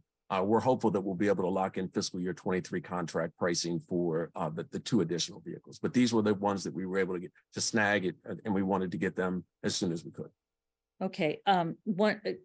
Earlier, someone brought up questions about the mileage, let me rephrase that, how this table in the administrative policy, how these particular vehicles apply to that policy. And I would appreciate that information, not now, obviously, but by email. And I would, if it hasn't already happened, the information you sent to another council member answering some questions, if you could get that around to everybody, I'd appreciate it, because it's probably going to answer some of my questions. Thank you. The thing I wanted to... Director Braithwaite might be able to speak specifically to the vehicles, because one of the questions was specific about these vehicles. So she may have that information now if you want to hear it verbally, or we can send it to you later, whatever you prefer. Yeah, I'm thinking later. Now? I think it might be helpful, and it may actually save us a little time in case others may have similar questions. Let's just do it now. Thank you. Yeah, thanks. I think it'll be helpful to kind of put this in a context. And for those of you who are new on the council, the city has established a vehicle policy, fleet replacement policy, and it's overseen. When did that get established? That was one of my questions. Jason Damweber developed it, so probably 4 or 5 years ago. Oh, there it goes. We had, okay. I believe it was 2017. We had previously been using a less formal process for doing a very similar review every year, at least twice a year, pre-budget, and then during the budget, we evaluate the vehicles, and that fleet evaluation team includes the finance director, the vehicle maintenance supervisor in public works, myself, and then the chief and other members of the police department. So what we're looking for at that point is reviewing vehicles against a criteria that the city has established, and that criteria includes sort of four categories. We evaluate miles, age, maintenance costs, and other conditions like accidents or interior issues within the vehicle. The city set a policy of an 8-year replacement life for police vehicles. Other types of vehicles have a different age schedule. We have a mileage of 100,000 miles as a trigger for replacement. And when annual maintenance costs are $2,000 or more. And then the condition is also considered. Each of those criteria are eligible for a point in the ratings. And so each vehicle every year is looked at. Those that are getting near the 100,000 mile mileage issue are brought up to the top of the table, and then we evaluate them to determine if they meet age criteria, and the vehicle maintenance supervisor collects the maintenance costs associated with those vehicles, and also other condition aspects that are considered of a concern. And most frequently those are accident related, how many accident a particular vehicle has been in, because although it's repaired, any of you who know have been in high speed or significant vehicle accident, the vehicle is really never the same afterwards, even though it has been repaired. And that's a particular concern for police vehicles, which, are expected to perform at a very high level. So those are the criteria that are used with the replacement scenario, and every year we evaluate the vehicles and identify which ones are triggered within those criteria. So there's a total of 4 points that can be earned. Sometimes not all 4 are earned if there isn't any conditional or accident ratings within the criteria, but typically they have to meet age, mileage, and or maintenance costs to trigger replacement. And so the 5 vehicles that are being replaced are on the list. And again, I want to stress those are 5 of 7. We have identified 7 vehicles that meet the replacement criteria for this year. So they've all are close to, and some exceed. We have some vehicles over 100, almost 150,000 miles that are on the list for replacement. One of the points we have within the mileage criteria is 100,000 as a trigger, but if a vehicle is 125,000, it earns an extra point because that's considered at which it becomes more possible for maintenance and operation issues. So we, every year we go through this process with the police department, identify those vehicles. As I think you all know, we have a equipment replacement reserve. So when a vehicle is purchased, it gets put, its replacement gets scheduled, assuming a criteria of 8 years or whatever. It doesn't necessarily mean it's going to be replaced in 8 years, but the way the equipment replacement reserve is set up, each vehicle gets entered in at the year it was purchased. It has an estimated life, and then annual funding is supposed to be allocated for the replacement of that. So by the time we reach the need to replace a vehicle, funds are available in the equipment replacement reserve, specifically identified and associated with those vehicles. So for instance, if a vehicle instead of 8 years only lasts 6 years because it's got very high miles, it was in an accident, now the maintenance costs are high. There are other vehicles that are, 9 or 10 years, their mileage is low, they didn't meet the maintenance criteria. And so we evaluate each of those vehicles on a case-by-case basis. And based on the assumption of how many vehicles we're replacing a year, we select the ones that most have significant need for replacement and meet those criteria. So thank you for attaching the policy to the cover sheet and proposed ordinance, because that's very helpful to see those criteria written down.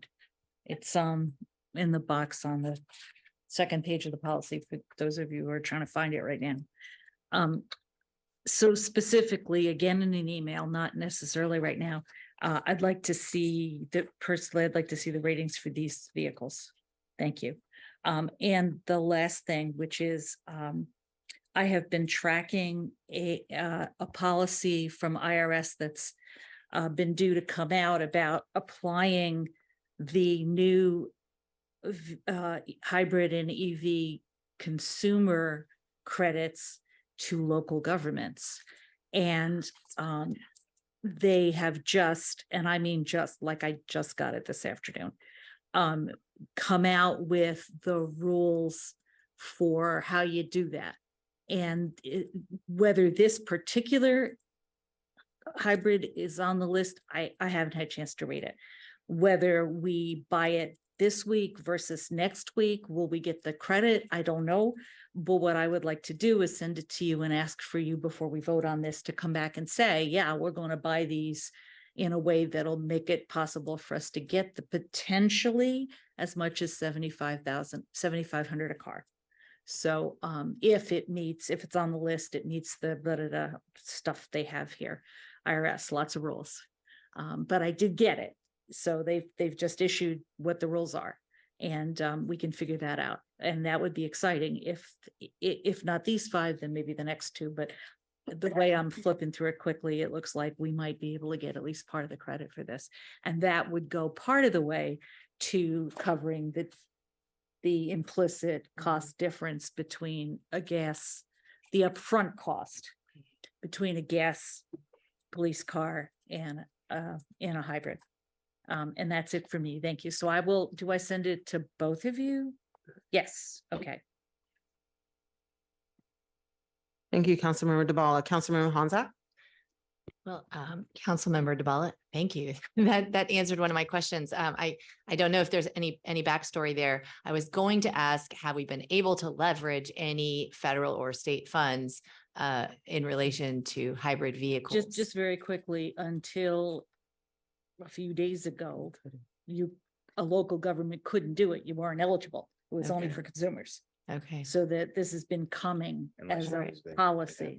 Thanks for that. Yeah. Yeah, no, that's really, We- really some of us helpful have been because waiting for a while. I just, yep, you hit the nail Yep. on the head. You could get Thanks stuff for all that over work. And speaking of that, I just want to use this moment to say, I'd love to see this as a future placeholder, but I would love to see the city consider or a discussion later about whether or not a person who specifically pursues grants on behalf of our city, particularly at this moment, would not be a very, very good investment for the city to go after this kind of funding because there's so much climate funding eminently available. And it seems like that kind of person would pay for themselves. But let me move on. So is it fair to say that hybrids are more costly on the front end, and are hybrids expected to last at least 8 years, given that battery life is shorter, as I understand it? Thanks. Yeah, our experience with the hybrids we currently have is that they've more than exceeded the anticipated life. We haven't had any battery issues. That's not to say ones will be discovered, but we're not on the cutting edge anymore. Hybrids have been in the vehicle lineup for many, many years now. So we're quite comfortable that they'll meet the mileage criteria and that they'll, they will hold up.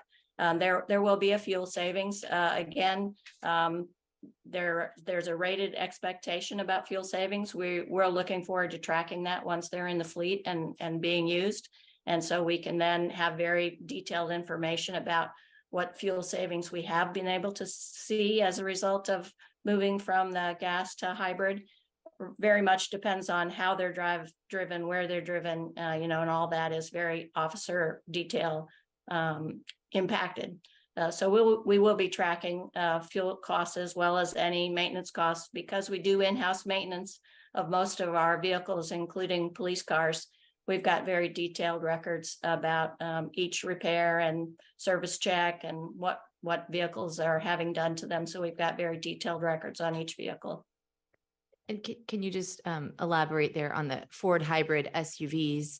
Are these a newer vehicle on the market? And if so, then do we know as much about the battery life of those, particularly given that they get such heavy use? These were specifically designed for law enforcement. They were the first hybrid pursuit rated SUV. And I can send information on what exactly that means. I sent a bunch of information to the prior council. I can send it to you all as well, and it kind of overviews what that build is, how they built it out to so the battery life can withstand long term the full rugged use of a police vehicle. But I can share that with the council as well, and it kind of elaborates on what this Ford hybrid pursuit rated vehicle is and the expectations are for it. Councilmember Gibson. Thank you. Turn that off. I just have to share that, as we're about to undertake a budget process, with a very heavy lift in terms of tax burden and trying to, this just seems like a bad time to be talking about $350,000 for vehicles. If they're needed, we'll do what we have to do. But I do have some further questions. One, I guess, is the use of the vehicles. You've mentioned, Chief, several times about pursuit. We've got a 2.5 square mile small city. Is that the primary driver in terms of why you're getting a SUV with pursuit capability? Any patrol vehicle that's utilized for patrol must be a pursuit rated vehicle. And there are several things that go into that, and I can send that criteria. We cannot safely put our officers in a vehicle that is not a pursuit rated vehicle. And I will send information that what defines a pursuit rated vehicle. So I guess that would be helpful to have. Okay. Are there other than hybrids that are pursuit rated, other electric hybrids that are not SUVs? I was in the middle of explaining that when you asked me the previous question. If you let me finish, yes, there are, as I said previously, there are no pursuit rated electric vehicles on the market as of yet. The only pursuit rated vehicle that is a hybrid is the Ford vehicle, the Ford SUV that we are purchasing. So understand that our fleet is not all patrol vehicles. Some of our fleet are admin vehicles. We have 2 electric vehicles that our parking enforcement unit utilizes. So as we gravitate towards a hybrid and electric fleet, our goal is for our vehicles that are not patrol vehicles, the officers that are out in uniform patrolling, and some of our supervisors that patrol, we will transition to an electric fleet for those vehicles because we do not need the pursuit rated vehicles. So our fleet is going to be a mixture of not only hybrid vehicles, but also electric vehicles. Okay, thank you.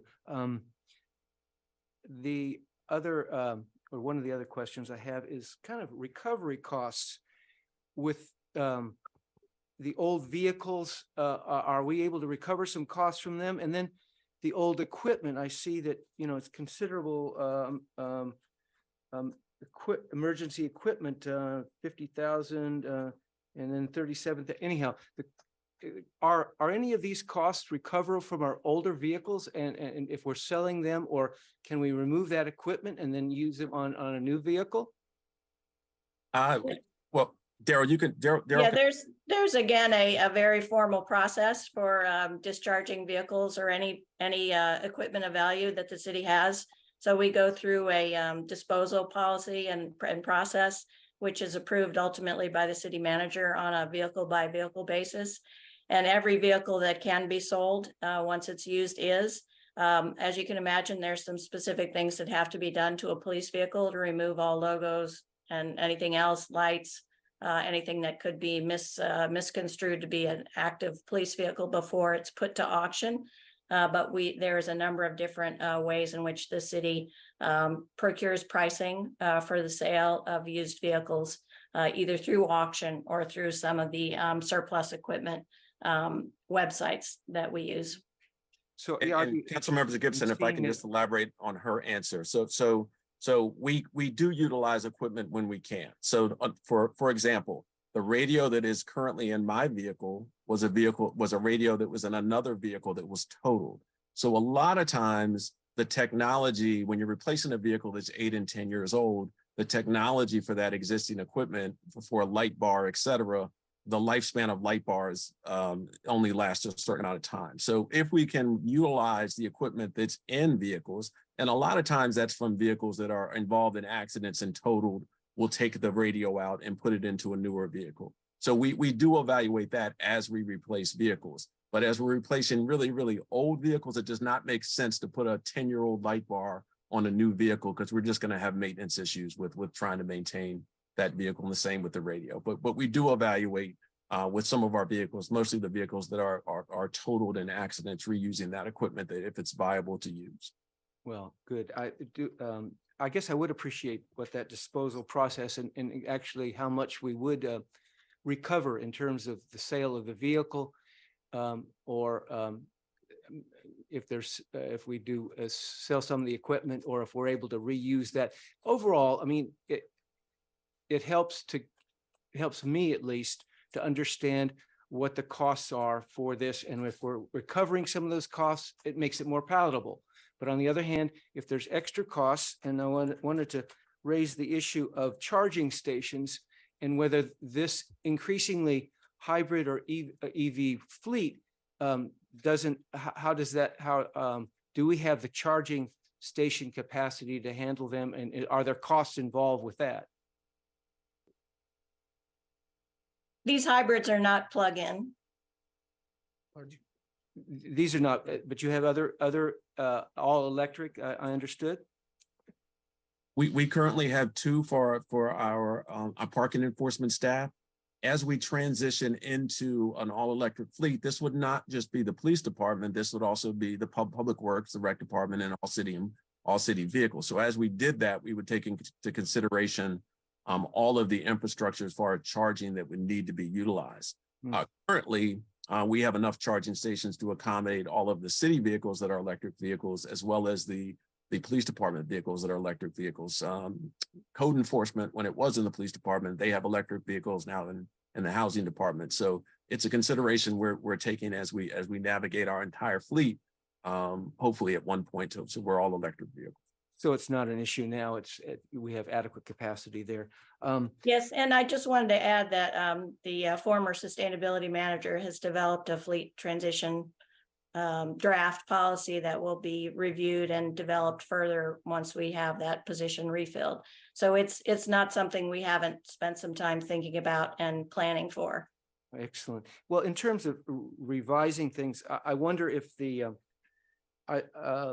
policy for vehicle replacement might need to be revised. I dug up some information from the Philadelphia Police Department, and they SUVs have a different minimum. They go for 10 years, and so I guess there may be some possibility here to review our vehicle replacement policy and compare with what other compare with other departments or other around the area. One last question: the idling policy. This is something that I've observed, and other people have commented that seeing police cars that there's no one in them and they're idling. And obviously, if it's a hybrid, then maybe the electric is taking care of it. Is there a policy here in terms of idling, and it's conservation or environmental impact, I guess, is what I'm concerned about, as well as I understand that idling also increases the wear and tear on a vehicle in a sense. The Public Works Department does have a no idle policy that we enforce within the Public Works fleet. I can't speak to the PD. That's good to know. Yeah. I've observed a couple of times that wasn't the case, but all right, I'm glad to know that. And Councilmember Gibson, specifically to police vehicles, there are occasions when vehicles do need to be maintained running. If they're on a call and their lights are on, the vehicle needs to be running or the battery is going to run down. We encourage our officers not to idle their vehicles when they're not in them. We've had people call us. I've reminded our staff on several occasions not to idle their vehicles if it's not necessary. But if you see a vehicle and the lights are on, if they're blocking traffic or they're directing traffic, they're going to need to have that vehicle on to maintain that makes absolute sense. Thank you. I just want to say that I appreciate what Councilmember Duvall had asked for, and if that information in terms of the current condition, age of our of these 5 vehicles or 7 vehicles, that would be good to have. Yeah, I can send you the chart we created during our evaluation meeting. Great. Councilmember Siemens. Thank you, Mayor. And thank you for answering all these questions tonight. I appreciate the time, especially at this late hour. I've been familiar with this process for a number of years, and our push to get to the electric and hybrid vehicles. And I'm really glad to see that now there is a vehicle that we can use for patrol. I think it's important for the community to know when we're talking about pursuit ready, that we've also, or you have also changed the pursuit policy in the city recently.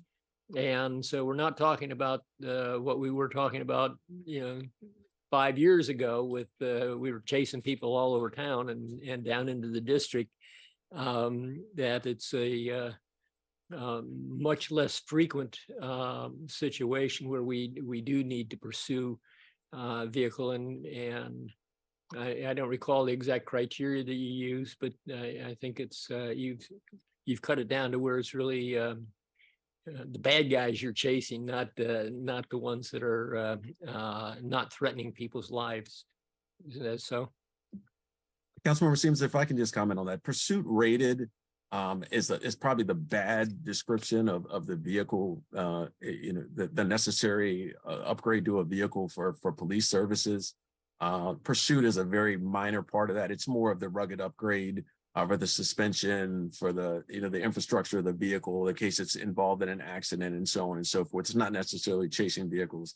And yeah, I just for the public, we drastically reduced what we can pursue people for. When I first got here, it was a very, very lenient policy that we had frequent chases. I can't remember the last vehicle pursuit we had.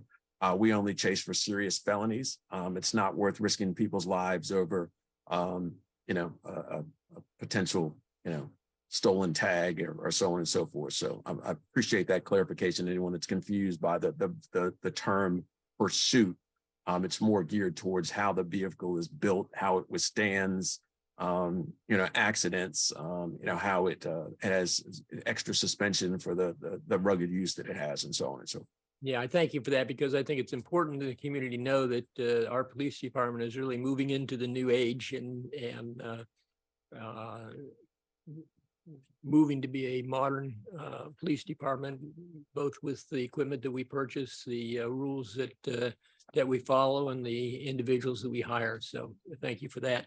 I think the other big thing, big holdup on getting electric and hybrid police cars was the extra equipment, as you said, that's put on, such as radios and light bars and the current light bars and the lights within the whole entire vehicle. Cutting that back to LEDs saves a lot of energy, which saves a lot of battery time and makes it more feasible to have a hybrid car. So anyways, with that, I've followed this long enough that I can just say that this is an example of why the equipment replacement reserve is so important, because we forecast the need for vehicles in the future, and then we start contributing money towards that, as we have done in this case, to where the money is available in the equipment replacement reserve to make the purchases that we need. And we'll think more about that as we work through the budget process this year. But thank you for being with us here tonight. And I do fully support this. Thank you. Thank you, Councilmember Siemens. Councilmember Fulcher. So you're going from sedans right now to SUVs. So how do you currently have SUVs as well? Yeah, Okay. but we have very few sedans left in our fleet. The vehicles that we're replacing it, and Director Braithwaite can confirm this, I believe are all gas SUV vehicles. Okay. Okay, that's good to know. Do you know what the repair cost and maintenance looks like for these hybrids compared to the gas? We haven't, this will be our first set of vehicles that are hybrid police vehicles, so we don't have anything to compare with. We have a few hybrid in the fleet that are not police related. They're administrative vehicles, which are used very, very differently than the ones in the police department. So we don't have anything to compare with. We can certainly look at the manufacturer's rated mileage and whatnot, provide that information, but we won't have any actual data until we put them in use. How many other vehicles, I know I'm hearing that 7 are looking at being replaced this year. How many other vehicles are you looking at replacing in the near future? Like in the next couple of years, let's say. That information is best found on the equipment replacement reserve, which lists all the vehicles to be replaced, as well as the capital improvement program budget. So I think the best place to take a look at that for you to have all that information is one place is the budget document, which will include the capital budget, which lists vehicles over the next 5 years.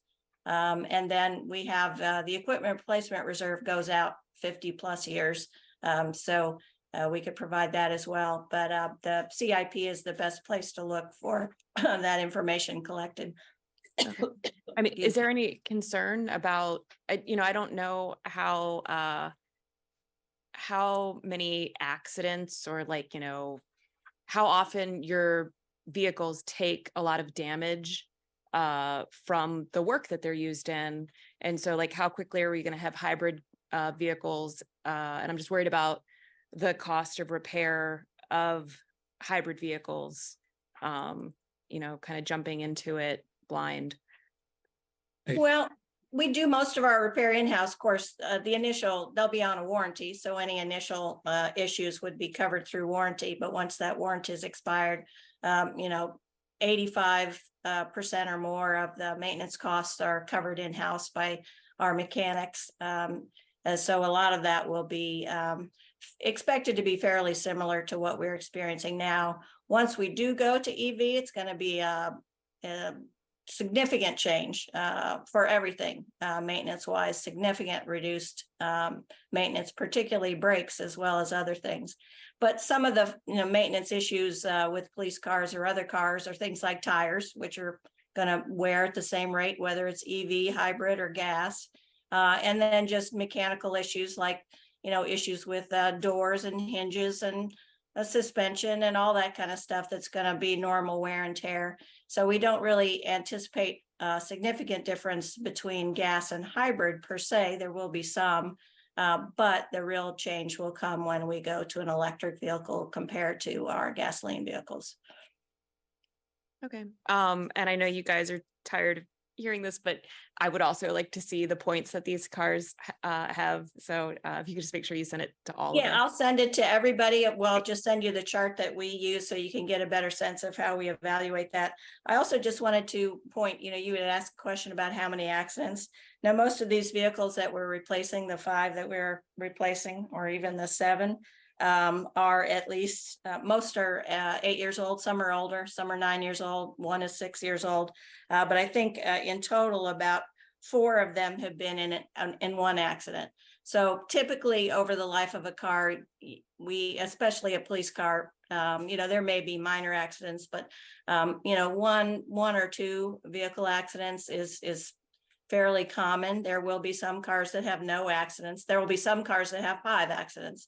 But in general, 1 or 2 accidents over the life of a car the police car is what we tend to see. Okay, thank you so much for your Do the answers. 5 accident drivers still work for the city? I mean, I was assuming it was Chief Duvall that had the multiple accident cars. Not knock on wood, I haven't had one since I've been here, but I'd better shut up. I'm going to go ahead Yeah. and someone tomorrow. Councilmember Honzak. I'm sorry, I have an additional question, and this comes from a place of naivety, but maybe others in our city have the same question since we are launching into budget talks. Have we, over time, been able to reduce the fleet size, the total car pursuit vehicle fleet size, due to changes in policing, like technology or use of e-bikes that didn't used to be as good as they are today? I know that's not a full replacement, but perhaps the way that you arrange, patrols, et cetera, and the smaller size of our town, relatively speaking, and or maybe traffic cameras or something like that? Or is that something you've considered for the future instead of just one for one? Comparatively to other jurisdictions, we already have a much smaller fleet. So a lot of other jurisdictions have way more spare vehicles for the number of officers they have. With all of our officers contractually getting a take-home vehicle, we have to have that certain allotment. But we also have to have a certain number of spare vehicles. But we are right now at the bare minimum of what we think we can have to still operate efficiently. So we've done that review. Yes, the electric bikes are great, but the electric bikes don't replace that patrol vehicle when needed. So yeah, I mean, it's something we've evaluated. Like I say, we have the bare minimum number of spares that we have when vehicles go down for replacement or for routine PM service, or they may have been involved in an accident. There may be a recall on the vehicle. We need to have vehicles that officers can get into as a spare vehicle while their vehicle is being worked on. Great. Well, thank you both so much for answering all of the questions. I think the in light of the growing number of concerns around public safety and police response in our community. We've had such a large number of ward-specific crime-related meetings, really focused on ensuring that our police department is responsive and able to get out to calls in a timely way. I think one of the things that's really important in order to ensure that that happens is that they have the proper equipment to respond to calls in a timely way. And I appreciate all of the hard work that I know the police department and Department of Public Works have put in to try to identify more environmentally friendly vehicles, because that was a charge that the prior council had laid out for you all. So I appreciate the fact that you all have been able to identify this one vehicle type that's available to us. And also the purpose of our equipment replacement reserve is to plan for these instances where we would need to replace vehicles. So again, I appreciate you all coming out, and I'm in support of us moving forward with this vehicle replacement. So this will come back before council for a vote, but definitely look forward to receiving the additional information that was mentioned today that could be shared around the current ratings of the vehicles and prior responses that the Chief Duvall and Director Braithwaite have already provided to members of council. If we could share that with the broader group, that would be very helpful. I want to encourage my colleagues, if you have additional questions, to please follow up with the staff if we can prior to this item coming back to the council for vote. All right, and I see no more lights. Well, at least you got out before 10 o'clock. So thank you both so much. All right. So now I guess we're going to the main event, huh? The presentation of the city manager's recommended budget.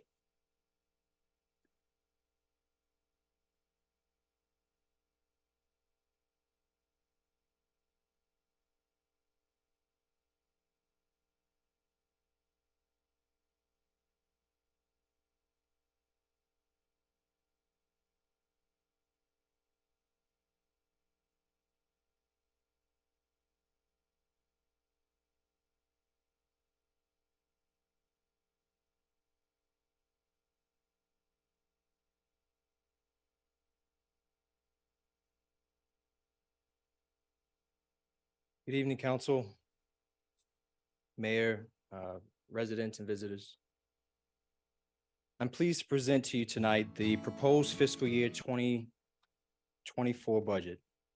The budget was prepared by the city's finance department with guidance from the city manager's office and support from all city departments. In particular, I want to acknowledge the work of Ron Kowali, the city's budget and account manager, Finance Director Susan Chung, Communications Manager Donna Wright, and Human Resources Director Lori Cannon. I also want to give a special shout out to the Executive Assistant to the City Manager, Christine Heidebricht, as well as former Acting Deputy City Managers Gregory Clark and Rosalind Grigsby, all for their contribution to the proposed budget.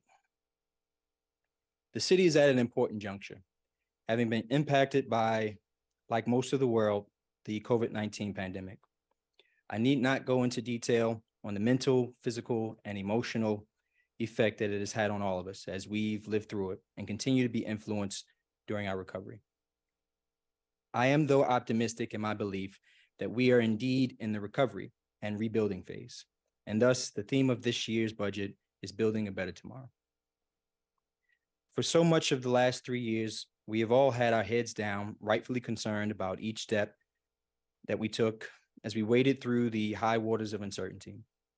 As a city, we sought to protect our residents by offering opportunities for residents to be vaccinated. We provided monetary assistance in the form of direct cash payments, emergency rental assistance, grants to small businesses, premium pay to employees, and a host of other brand new programs and services designed to ensure the overall wellness of the community that we serve. Today, beginning with this council, We must now lift our gaze and look again towards the future. We must begin again to ask ourselves, what will our community need in 5, 10, and 15 years? And what do we need now and to do now to ensure that the city has the necessary resources to be able to address those future concerns, needs, and desires? The proposed budget recognizes the need for such an adjustment from the immediate crisis in front of us and seeks to begin the conversation and provide an incremental first step towards ensuring our neighbors continue to receive the highest quality in municipal services. The goal of this budget is threefold and very simple. 1, to improve the city's long-term fiscal position. 2, to maintain historic levels of service. And 3, to incrementally rebuild the city's capacity that was lost through lean pandemic-impacted budget years in order to be resilient and proactive to the future needs of the community we serve. Throughout the fiscal year, you have heard city staff raise concerns about the city's fiscal health. My goal this evening is to clarify what this means. The goal of the budget is to address it, or to begin to address it. In an effort to manage budget concerns, city staff have been asked to implement hiring freezes, reduce budgets mid-year, and delay projects. This, in many cases, was not at the direction of council. Nevertheless, the impact to city staff's ability to provide expected services and the appropriate level of services have been influenced. The FY24 budget will begin to realign capacity and service.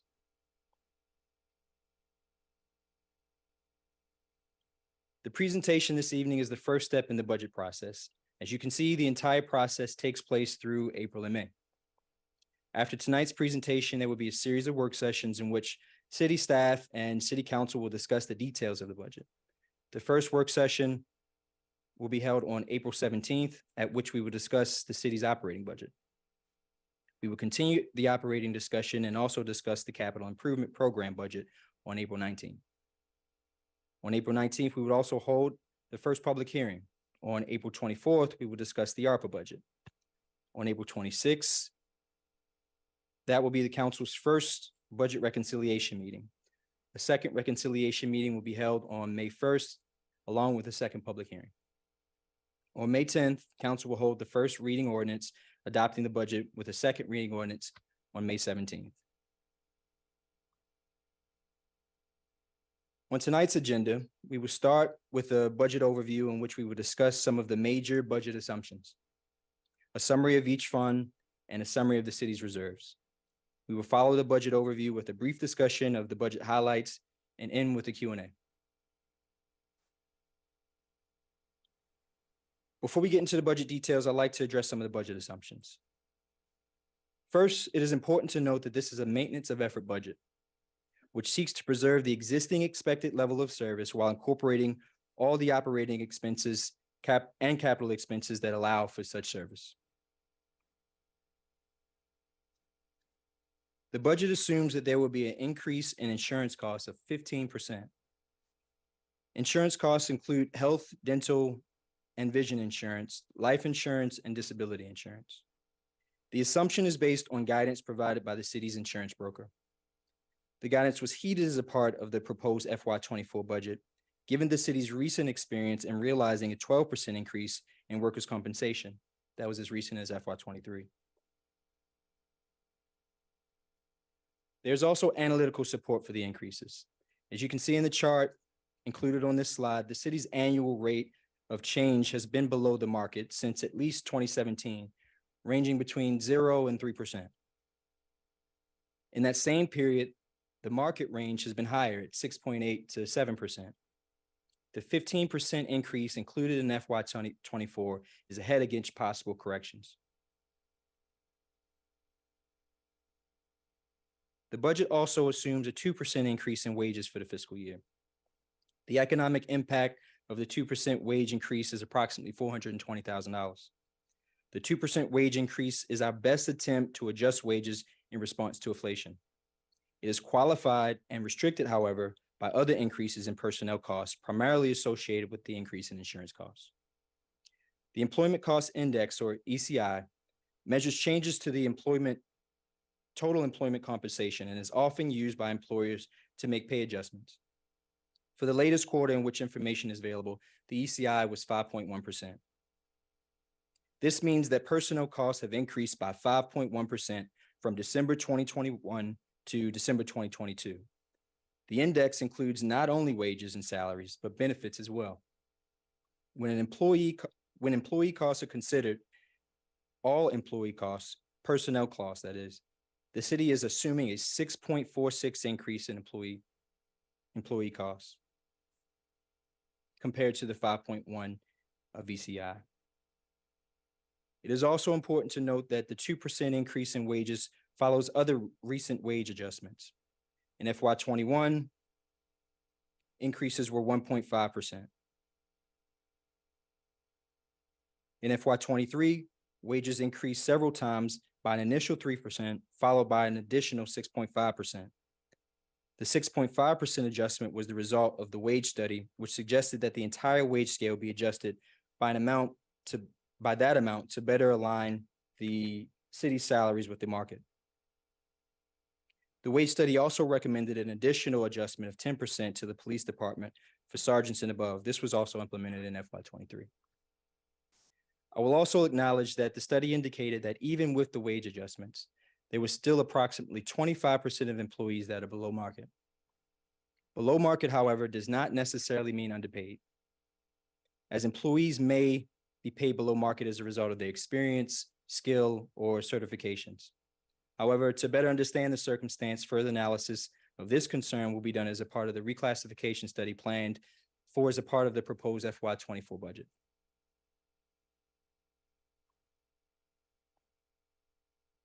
The overall number of FTEs is effectively the same as FY23, but technically decreases from 179.76 in FY23 to 179.42 in FY24. As a result of the changes, this is the result of a change in the hourly assumptions for a few of our part-time employees. All intern positions are eliminated for the fiscal year, with the exception of 2 positions that were hired in FY23 and will continue in FY24. The cost savings from the elimination of the intern positions is about $200,000. Finally, the budget assumes a tax increase of 3% to 57.05 cents per $100 assessed valuation, up from 53.97 cents. As the chart here shows, tax rates in the city have been the same for FY23, FY22, FY21, and FY20. In FY18 and FY19, taxes were lower at respectively 53.48 and 52.91. As we will discuss in greater detail in a moment, the primary source of revenue primary source of revenue for the city is generated from property taxes. The flat tax rate is strongly correlated with the decline in the city's financial position. To assess the impact on residents of the 3-cent increase, city staff conducted a simple analysis of a median price Tacoma Park home with a market value of $650,000 and an assessed value of $430,000. I'd like to point out that this was a real home that was on the market, and these are the actual market value and the actual assessed value. As you can see, the expected total impact is approximately $222 per year. Thus, at about $20 per month in cost to a median resident with a home at median price, the city is able to take a significant step towards securing its financial future. Council has also asked specifically about 2 other scenarios, constant yield and the current rate. Each cent is about $290,000 in revenue to the city. So in order to balance the budget at the current rate, the budget would need to be reduced from its current amount to by about $870,000. To get to constant yield, the reduction is about $1.5 million. I want to point out, though, that this is not simply an exercise in balancing the budget. We also have to consider reserves. And one of the really important things that we need to consider as a part of this budget is that we have not been replacing reserves adequately. We've been reducing them, but we have not nearly been putting enough effort and enough money into replacing the reserves.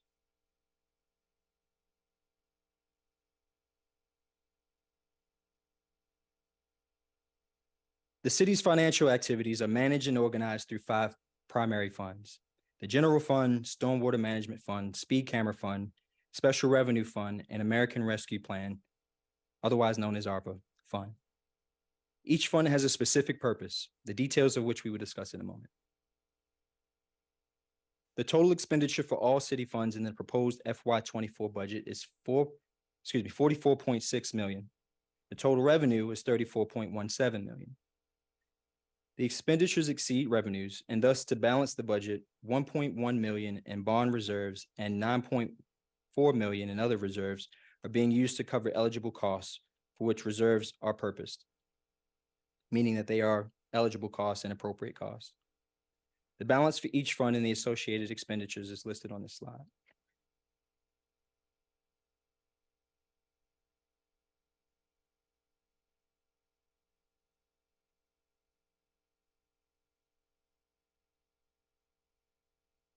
The general fund is the general operating fund of the city. Fund expenditures include basic city services such as police protection, street maintenance, and recreation. Admin services such as human resources and financial management are also included in the general fund. The general fund revenues for FY24 are 29.3 million. General fund expenditures are 32.2 million. The remainder of the fund is supported by 2.8 million in reserves, including 1.05 million in bond reserves for library construction. Operating expenses for the general fund make up 33%, and personnel expenses for the general fund make up 67%.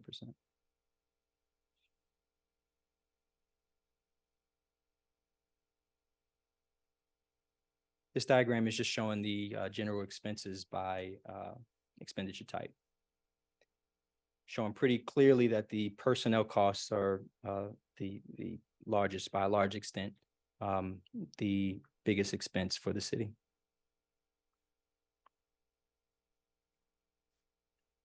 General fund revenues consist of taxes and utility fees, charges for services, licenses and permits, fines and forfeitures, and interest from investments. The largest source of revenue, as I mentioned previously, are property taxes. In FY24, assuming a 3-cent property tax increase, property tax revenues are $15.96 million, or 54% of all revenues for the general fund. Income taxes make up about 14% of the general fund revenues. Together, all taxes and utility fees make up 72% of the general fund revenue. Intergovernmental revenues follow property taxes as the second highest general fund revenue source at 6.4 million, or 22% of the total general fund revenue. This again is a chart showing the breakdown of revenue types. Again, this is largely consumed by one category, taxes and utility fees. The Stormwater Management Fund enables the city to provide stormwater services to city residents.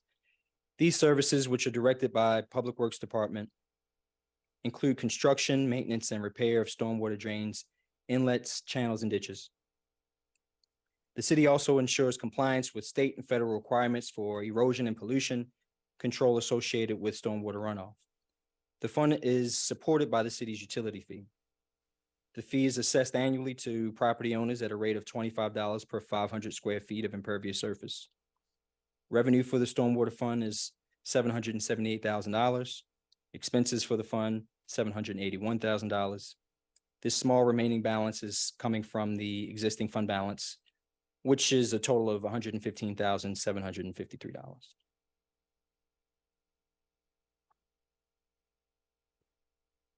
The Speed Camera Fund was established in fiscal year 2009 to account for the financial transactions related to the city's speed camera program.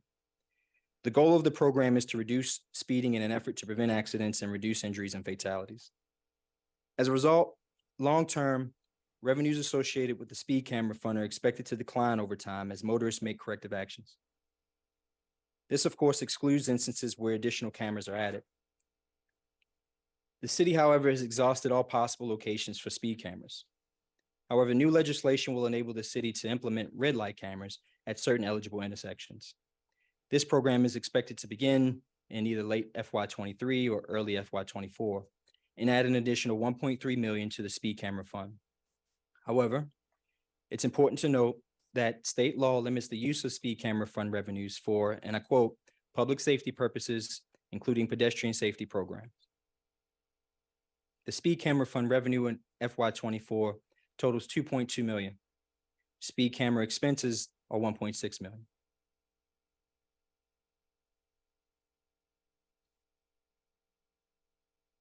The city receives a variety of grants that provide funding for law enforcement, community revitalization, parks development, and infrastructure improvements.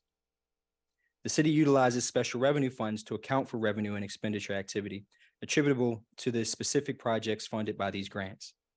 Some grants require funding matches, which are reflected as operating transfers from the general fund to the special revenue fund. Revenues from the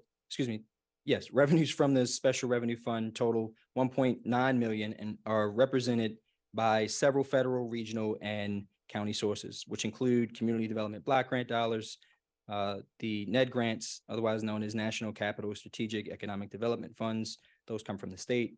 Metropolitan Washington Council of Government grants, or COG grants, and as another example, Maryland State Arts Council grants. Expenditures for the special revenue fund total $2.1 million. The difference of $205,000 represents the city's match.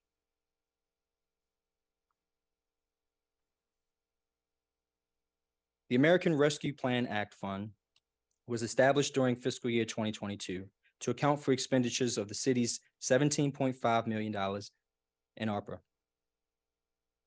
The City Council has since approved a spending plan to utilize these funds. The city has made impressive progress on many of the ARPA plan programs. We have awarded over $1 million in grants to multifamily buildings for building improvements and electrification. We've provided premium pay for the city's essential workers. We have distributed $150,000 in recreation scholarships. We've provided $1.3 million in direct cash assistance to residents at or below $50,000.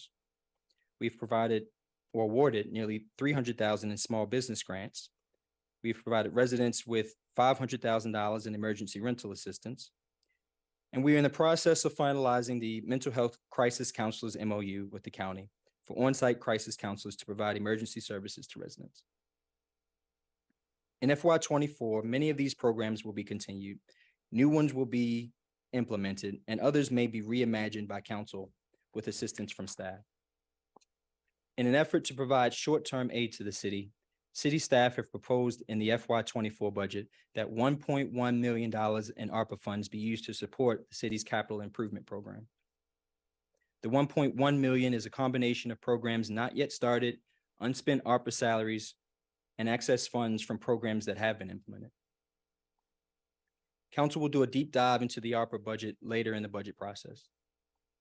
City staff recognize that the use of ARPA funds for capital improvement projects is not a long-term solution. However, we also recognize the need to provide immediate solutions as a prelude to deeper conversations about how to improve the city's fiscal position. As all ARPA money has been received, there are no revenues for this fund in FY24. Expenditures for the fiscal year total about $7.9 million.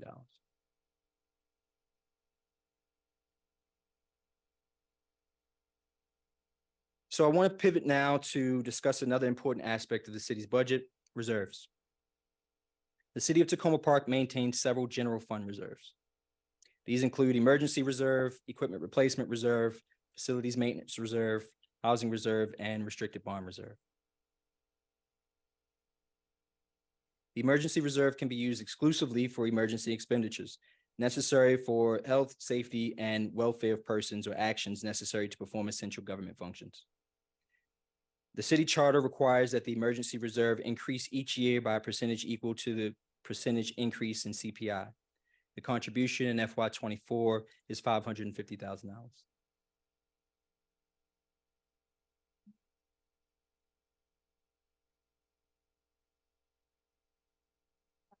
Excuse me, Director Chung is correcting me. It's 50,000, so about $500,000 less than what I have here. So excuse me for the error. Thank you.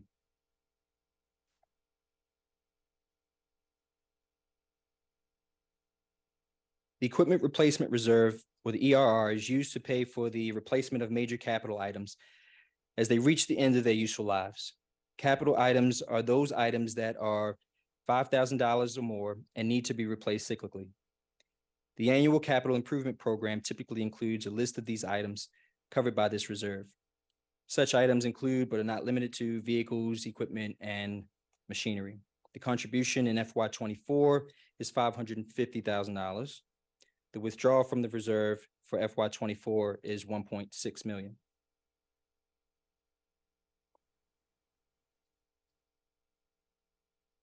Facilities maintenance reserve is used to pay for special facility projects such as building rehabilitation, renovation, and improvements. There are no additions to this reserve in this fiscal year. However, there is a withdrawal of $107,000.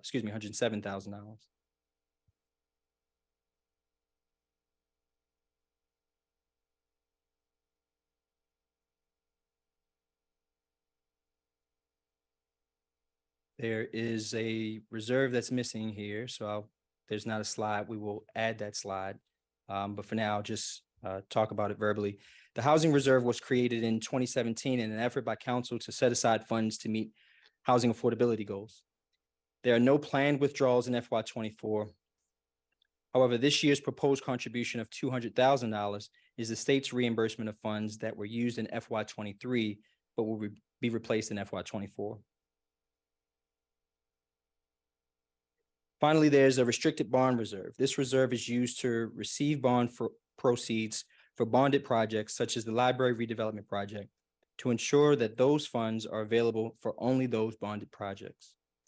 From year to year, unspent bond proceeds are considered restricted for the use designated when the bond is issued. For FY24, the bond allocation from this reserve is $1.05 million. These bond proceeds will be used for the library redevelopment project.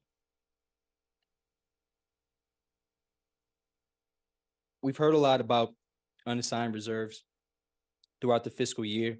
So just to give everyone a refresher, the stated goal of the city's fund balance policy is to maintain unassigned fund balance at a minimum of 2 months of the general fund operating expenditures, as suggested by the Government Finance Officers Association, or GFOA.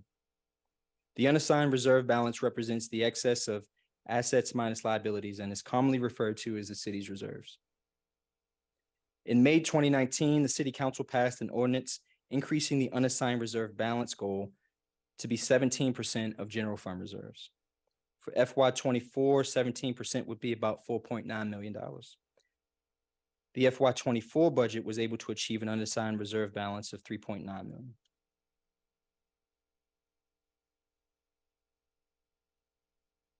In aggregate, the reserves make up the city's reserve fund balance. As a representation of the unappropriated accumulation of the difference between actual revenues and expenditures, the reserve fund balance is one of the best measures of the city's fiscal health. If the fund balance increases in a budget year, revenues were higher than expenses, while the opposite is true when the fund balance is decreased. The fund balance also considers any movement of funds between reserves. For instance, if funds were moved from the unassigned reserve to the emergency reserve, these funds are still captured in the reserve fund balance. It is important to note, however, that because bond funds are borrowed, they skew the bond fund total and should be deducted from the fund balance when analyzing the city's fiscal health. Generally speaking, net of borrowed funds, we would expect to see an increase in the fund balance over time, as many of the costs for which the fund balance reserves are expected to pay would also increase. These costs are also cyclical in that they are required to be replaced or upgraded at fairly regular intervals. Vehicles, for instance, need to be replaced after so many miles and years of use. The same is true for building systems and offices.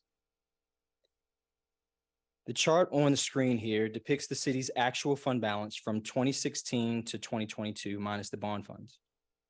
You will note that the rate of increase to the fund balance begins to decline in 2017 and turn negative in 2019. The reduction in fund balances continues until 2022. In FY22, the fund balance increases by $1.1 million.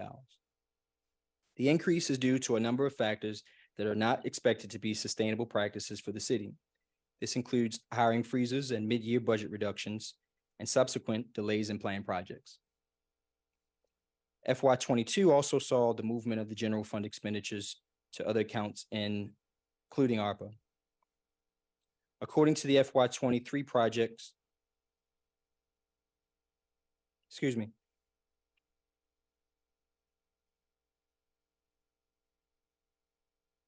According to FY '23 projections, we're expected to also see a decrease of 1.8 million this year. The proposed FY '24 budget is the first attempt at correcting this trend. Although this is a maintenance of effort budget, the city is still very much striving to address the city council's priorities.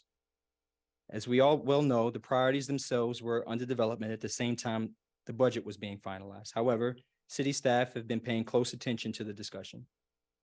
The proposed FY '24 budget reflects our understanding of the council's priorities.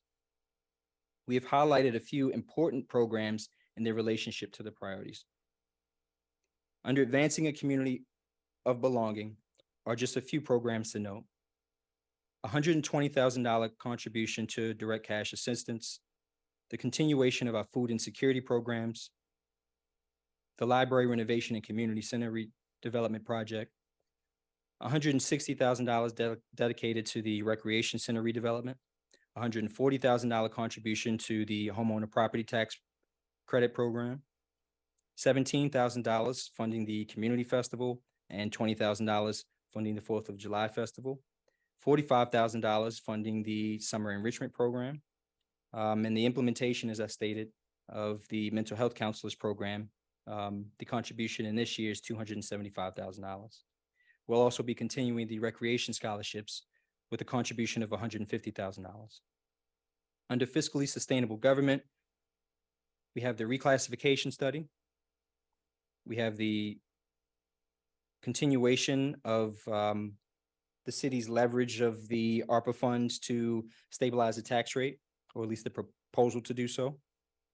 We also have continued efforts by city staff and council to grow the city's revenues through adjusted fee structures and investments in economic development. Under environmentally sustainable government, we have the continuation of the city's Tree Tacoma program for the planting of trees on private property in partnership with Casey Trees. The contribution to the program in this year's $97,500. We're contributing $250,000 to stormwater infrastructure for the construction, maintenance, repair of stormwater drains, inlets, channels, and ditches. Grant funding to single-family, multifamily, and commercial property owners for the electrification of building systems at an amount of $160,000, and related outreach, $20,000. We'll also continue the electrification of our equipment and our vehicles. Under engaged, responsive, service-oriented government, we'll be hiring a new city manager, filling long-standing vacancies, and moving forward with the atrium infill project, if approved by council via the budget. Community development for an improved, equitable quality of life. We have emergency rental assistance and the continuation of that program with a contribution of $250,000. Transportation investments to the New Ave Bikeway of $293,000, the Maple Avenue Connectivity Project, and sidewalk infrastructure in a number of categories, including ADA sidewalk improvements, $300,000, SHA sidewalk improvements, $150,000, new sidewalk design and traffic, $300,000, and street rehabilitation at $350,000. Last but not least, we also have the expansion of the tenant opportunity to purchase program after the success of 112 Leland. The contribution there is $500,000. And then the grants to affordable housing projects for building improvements, another $500,000.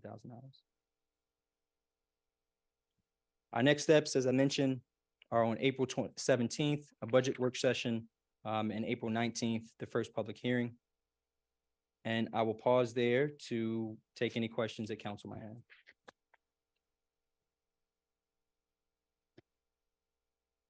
Thank you so much. I just want to start by expressing my appreciation the fact with the staff transitions, the fact that all of our staff have been able to rally, to pull together a wonderful and thorough presentation of our, not only our budget, but our financial outlook has been really, really, really wonderful. And I just want to commend all of you, particularly you, Acting Deputy City Manager Eubanks, for coming in so late in the game and being able to pull this together. So I just wanted to start with that. Councilmember Gibson. Yes, you've been quite a pretty amazing pinch hitter coming in. Excellent job. It's too much for me to take in. One little tidbit stuck out to me. I wanted to question about with 1.1 million to out of the ARPA funds to the CIP. If I'm correct, is that the only place that the ARPA funds can go to, or what is the criteria for the use of ARPA funds? Is it only for capital projects? I mean, I know that we're doing some other things, but if you could explain why it couldn't go into housing or rec or public, I'll do my best. Yes. And Finance Director Chung is here. She may be able to opine more or clarify. My understanding is that of the $17.5 million, we have $10 million that we can associate to lost revenue. And that lost revenue category is very broad. In fact, it doesn't specify the use of those funds at all. The other 7.5 million have to fit within very specific categories that have been defined by the federal government. We are, as I understand it, nowhere near maximizing the number of projects that can be considered within that $10 million.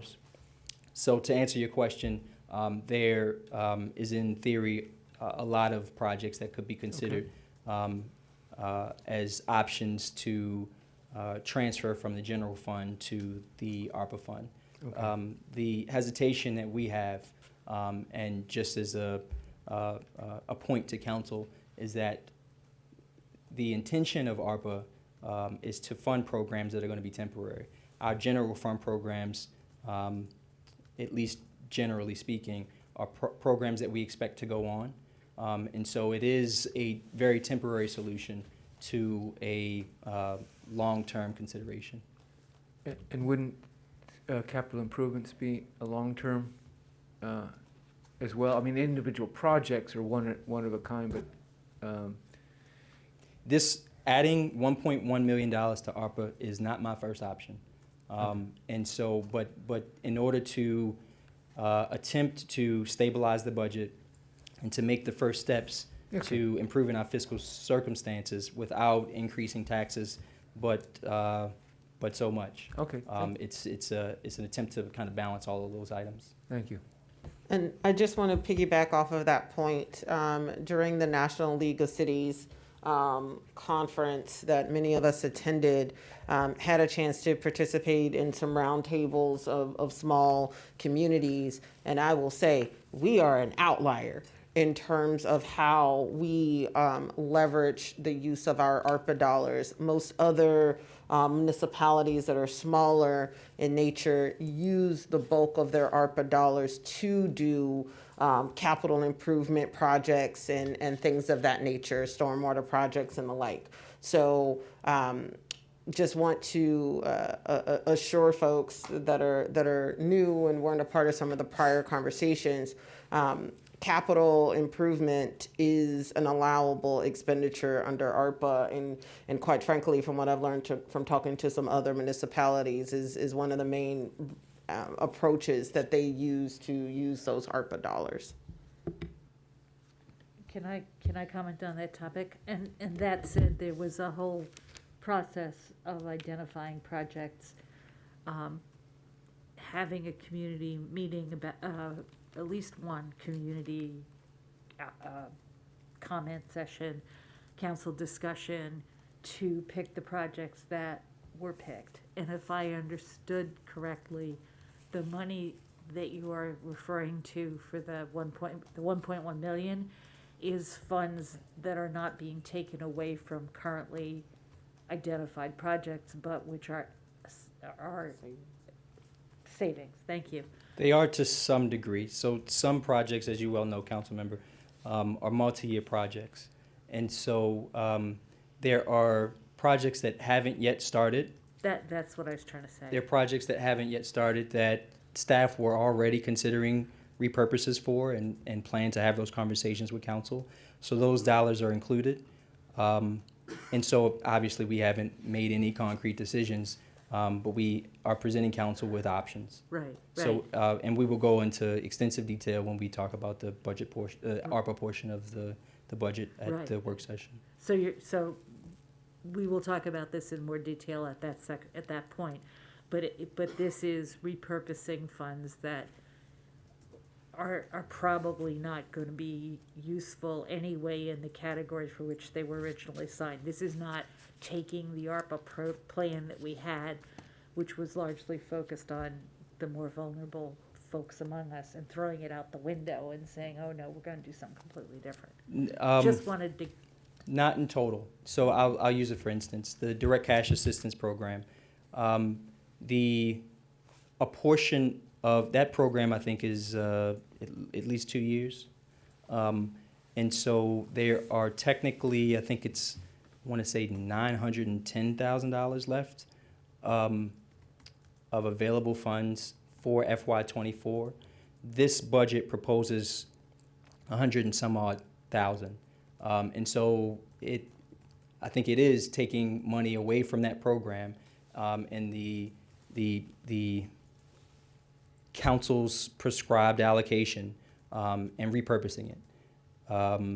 But again, we're not making any concrete decisions, but we are recognizing that we do have a fiscal circumstance that staff at least feel needs to be addressed, and this is one way that we think is reasonable to do so. Councilmember Small. Thank you, Mayor. I just wanted to say to Director Eubanks and to Director Chung, or I guess Acting Deputy Eubanks, that I'm exceedingly impressed with the profundity, the competency with regard to this presentation and the layout of your proposed budget. I think the only, I guess, concern or request that I would have about the layout is specific to programming decisions and implementations. And I would imagine that's probably director level decisions at programmatic levels. But insofar as there are program decisions, like for example, on this one, we were talking, or just to use as an easy example, the tree program.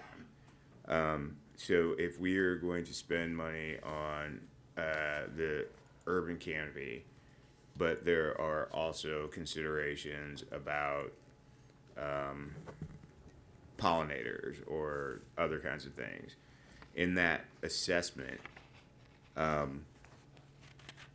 I would just be curious about what the I guess budget justifications are at the programmatic levels, because it would seem like if you were looking for where the rubber hits the road for the services to citizens or the perception of a functioning government, it would make the case easier if people at least know what it is that people are intending, what the government is intending to spend money on programmatically. I know some of that is ARPA related, and so there are some specific enumerations with regard to that. But with regard to some of the other programs in economic development or some of the other areas, HCD, which you just left, I would imagine you have some understanding what those budget justifications are. And I would argue that it would make a helpful case in the long term, even as we go through this process and consider whether or not there is a more line item focused or section focused thing where there is a reciprocal understanding between the city staff and the priorities. And I know we're not there yet, and I think that's a longer discussion, and it may take a couple of years to even conceive of. But I would request, if possible, that we had some sort of justifications at the director level of where monies for programmatic things intend to be spent. It's not a one-size-fits-all answer. Yeah. I think there are, it kind of depends on the program, but, you know, if... I mean, I guess I'll say it like this. Your vision statement with regard to your responsibility as a fiduciary officer to some degree of the city is clear in this budget. I would argue that I appreciate that, but insofar as we are still spending money on things that aren't like hard cost infrastructure things, those allocations are the places where policy or perception of where we are as a city can be made. And so I'm curious about making sure that that information is a part of the budget process. Sure, I think what I was going to say is that it really varies. So for some instance, it's historical, right? So for some programs, it's a simple projection of an increase in costs because it's a staple program. It's something, it's an obligation that the city has, right? Mm-hmm. For other things, we have council has set a particular policy. So let's say roadways conditions as a for instance. My understanding is that council determined that we want to, as a city, replace roads every 20 years. And so in order to do that, we have to allocate a certain amount of money. A lot of it is informed by council via plans and strategies that are presented. So everything is based on a thing. It's not easy to say without, specifically talking about a program, why the program exists or why we allocate a specific amount of money, but we can't answer those questions. It's just, in order to do so holistically, it's counterintuitive, but in order to do so holistically, we have to talk about individual programs. Oh, no, and I understand that, and I'm not trying to make any, with regard to the two of you, I don't necessarily think there's any more work at this point to hoist upon you. But I would be curious about, just even a basic SWOT structure analysis of where the department heads see their vision or allocation or implementation strategies. I appreciate the line of inquiry. I think a lot of that conversation is going to happen in the work session when we talk about the operations. I also think that there could and perhaps should be an opportunity once the priorities for the 2 years are set to really talk about priorities for this year at a council to staff level. And really, as I think the mayor's already tried to do, fine tune it a little bit so that we as staff really understand what it is that council is trying to get at in this year. I think some of that will also come out as a part of the reconciliation process. This is a unique process, I think, for us for a whole lot of reasons. I think we set a record for the number of city managers that touch the budget in the budget cycle. That's probably technically right. And we also have a brand new council, so I think this is atypical. It's an atypical process, and so we're very open to the dialogue that'll happen as a part of this budget series. I just that's well heard by me as well, and again, I appreciate the perspective and the sobering or sober analysis.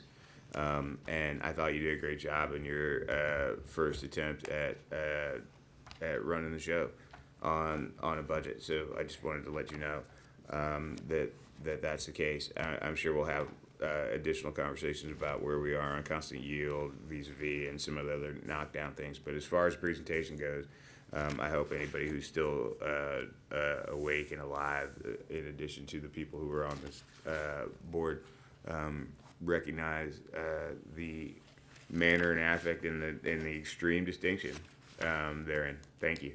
Thank you. Councilmember DeBallo. Yes,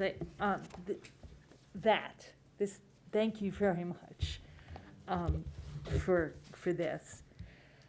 And I guess my questions are more, when do we talk about certain kinds of things? So, for example, other sources of revenue. So you and I have talked about fees and which ones to look at and how far we are on them.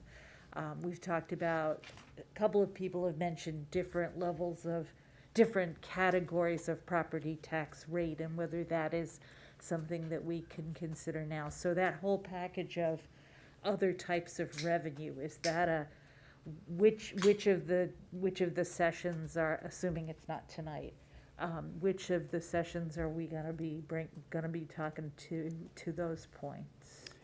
So we have, as I guess over the course of the last few months, contemplated and acted on a lot of low-hanging fruit in terms of opportunities to reconsider ways to generate revenue. None of it is very large, right? So we've restructured our outdoor permitting program. We are in the process of recalibrating our collections, our charges for collections to multifamily buildings for refuse. We're also thinking about, we actually have implemented a new cost structure for our rental licensing fees. So a lot of that has happened within the last couple of months. And we recognize that this conversation has to continue, both at the kind of what I'll call the tier 1 and tier 2 levels, right? Tier 1 being fees for vacant properties and things that we can address relatively easily. But then also, I think one of the biggest opportunities for us to generate revenue is probably one of the hardest for us to achieve, and also very long term, which is just economic and property development. Right. But to answer your question, as a part of this process, because it's so condensed, because it's so tight, and because we have so much to accomplish in a very short period of time, wasn't the city staff's goal to have that discussion be a part of these discussions. Okay. But of course, we are at the discretion of council. It would be very difficult, I'll say, to provide all the information that council is going to need as a part of the process and have that discussion too. So I just want to caution everyone. We might start then just simply with having you share with us in writing. You named a couple of fees you have, granted modest amounts, but what have you already looked at and concluded that it is or is not something you can do this year. That'd be a start, and then we would know where we are and what more we need to ask. Budget time to talk about after this is over. Right, and I also think that it's important to keep in mind the fact that for things like differences in tax rates and things, we need to make sure that our colleagues in the county are able to actually process these things. And so I think it is really important for us in terms of goal setting as a council to focus, if we can, on getting through this budget. But we have a council priority, and one of the things that when we vote on the priorities, the next steps for us will be to identify amongst the priorities, what are the priority items that we want to tackle as a council, and making sure that we may not be able to do it tonight because it looks like it's going to be 2 a.m. before we get home. But identifying subcommittees amongst council that could be committed to really working and focusing on those particular items. So I think that would be a good approach for us to take when it comes to aspects of the priorities that perhaps are not need to be fleshed out, and more steps need to be taken by council before staff can start moving forward with implementation. Right. Anyway. And then in that category, if we decide that we want to relook at vehicle replacement policy, or we want to look at how the capital improvement program is laid out, those are not things we're going to do in the couple of weeks that we're doing this budget. I would hope not. But that would But it's a be- priority that's the in there. That's a Exactly. way that we would handle it. That, I wasn't asking so much for, can we do it right now? I was asking for how we will do it, because we need to address these things. Okay. I just had a point of order, Mayor. Yeah. Given the time and the presentation, and I know that Director Chung is still sitting back there, is it? I guess I'm asking either you or you what the efficacy would be about continuing this past sort of the hard stop at 11 so that people can look through it. Yeah. I don't know, but it would seem like just as a point of order. Yeah, I Right, agree. and- I mean, like, I'm not gonna be able to make any suggestions about where I think we should go without sitting down and looking at this. Right, and then But I so then my think the last question was actually gonna be, and so how do you wanna handle Questions? comments and questions? Yeah, Yeah. because we're not gonna do it tonight, exactly. Yeah, Thank you. we expect a lot of questions, so you can direct those questions to myself and Christine Heidebricht, and we will manage the flow of questions and answers to council. Okay, thank you. Councilmember Gibson. Yeah, I'm sorry, Councilmember, before you begin. Sure. If you could, when you send those questions, if you could try to aggregate them in some way, not necessarily amongst all council, but your own questions. If you could, send So they're questions at a all time. of them at once, so Yeah, you're not like yeah. sending 900 Right, emails. that would be incredibly helpful. Question, was it last week? No, several weeks ago, we were shown a model with various scenarios, and we were asked to provide, or we were offered the ability to suggest some other scenarios. That might help me. I mean, I haven't. We can get those to you tomorrow. I don't have a response on that. We can send those to you tomorrow. We have it. Yeah, because that helps inform here. I mean, Absolutely.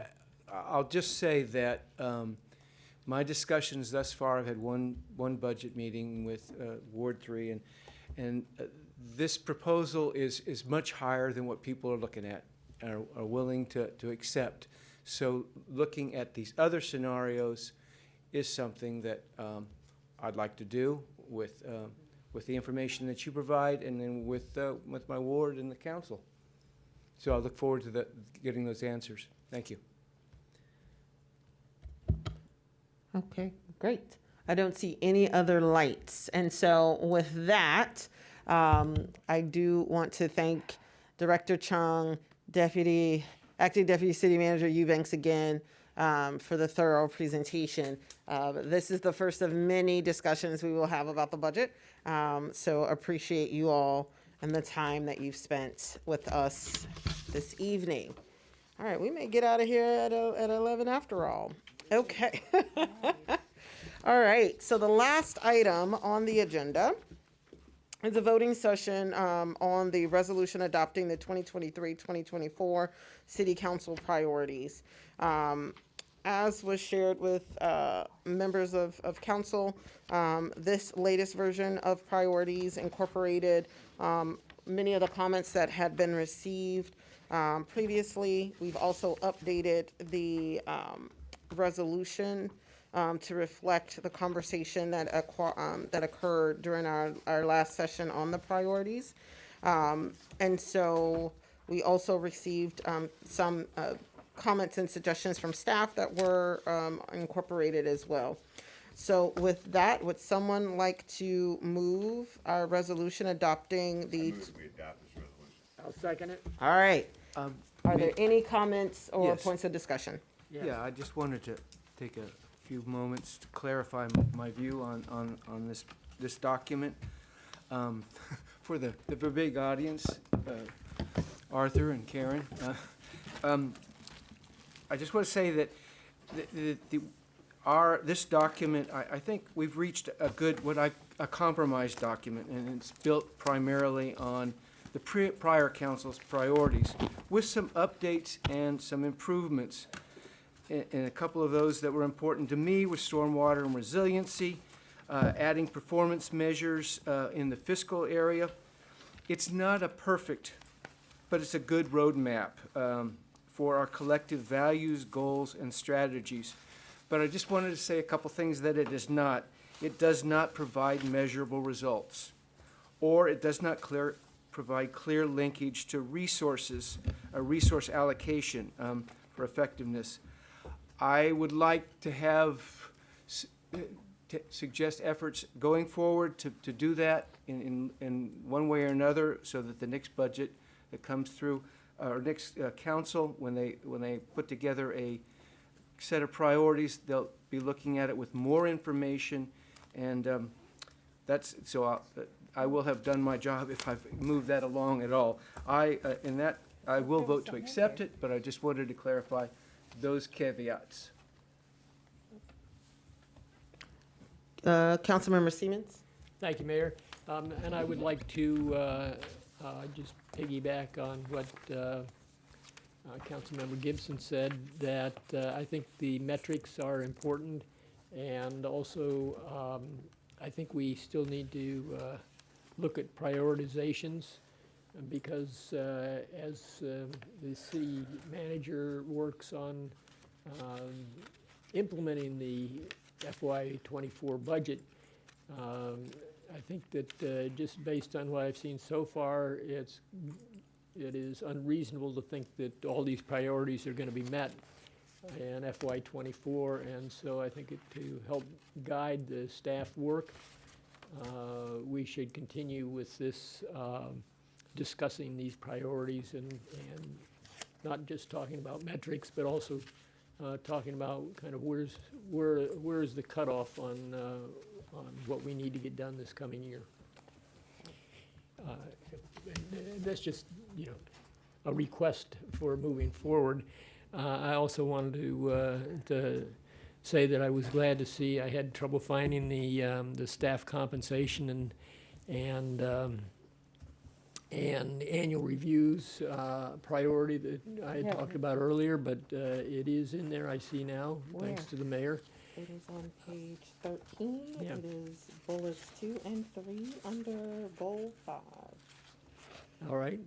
For those of you who couldn't hear, the mayor was off mic, passing along where those priorities are found. And also, I would just say that I'm glad to see that racial equity is in there.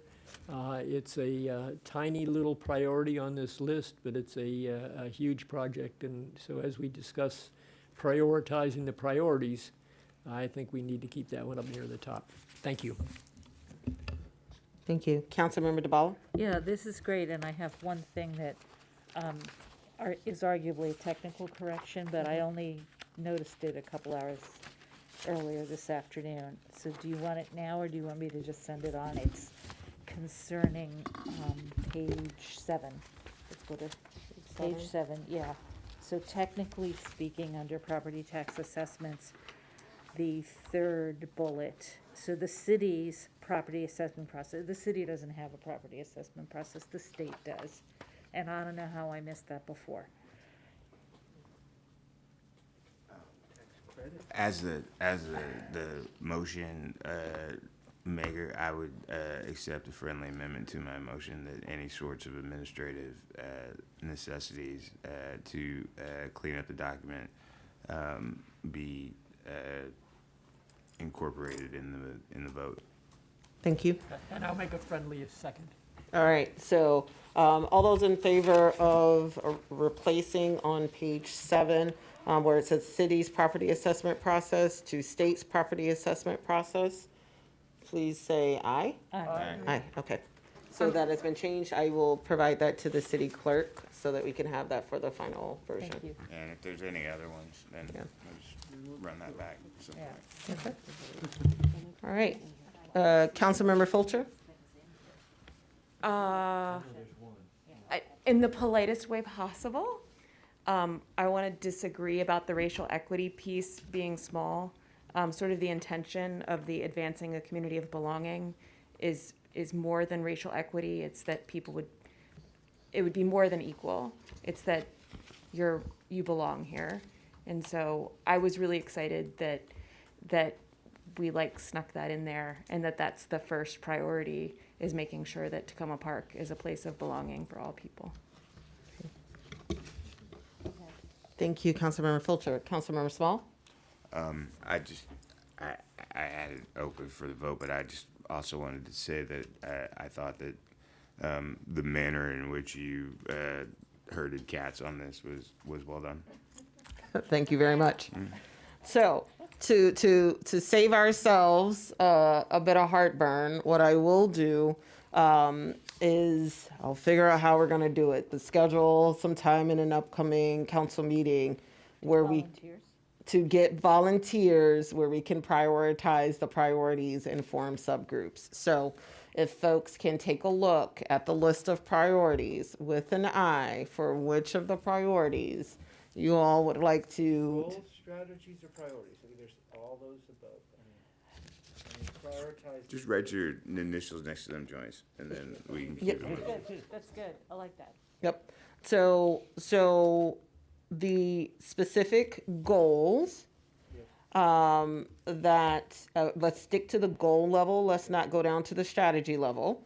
So I understand that all of the priorities are important, but if there's specific goals that are that you would like to make sure that we're able to prioritize the work, we need to have a conversation around that as a council so that we can form the necessary subgroups to tackle the strategies underneath those goals, if that makes sense. Yeah, and when would you like to have some of that information? By tomorrow morning. No, I'm not looking at it by tomorrow morning. So if folks can, because we're going to be doing a lot of budget, if folks can provide any initial thoughts that you all have by next Wednesday. Oh no, we'll be dealing with budget by next Friday. That would be great. And then that way I can take your priorities and then we can move forward with trying to form the necessary subgroups and kind of break things down a little bit. Just so it's identifying goals that we would prioritize for this year. Is that correct? Correct. Okay. So again, the idea is this is a 13-page document. And even though it's a 2-year strategy, we need to make sure that we are able to actively make progress on certain items, and we need to prioritize within the priorities. Can I call the question on this vote? Yes. I'd like to call the question on this vote. Sure. All right. You're ready. Thank you. I know you're ready. All right. So now we have the priorities on the floor. We have already gotten a friendly amendment. City Clerk, can we just do all those in favor, or do we need to do a roll call? You can do a voice vote. Okay, great.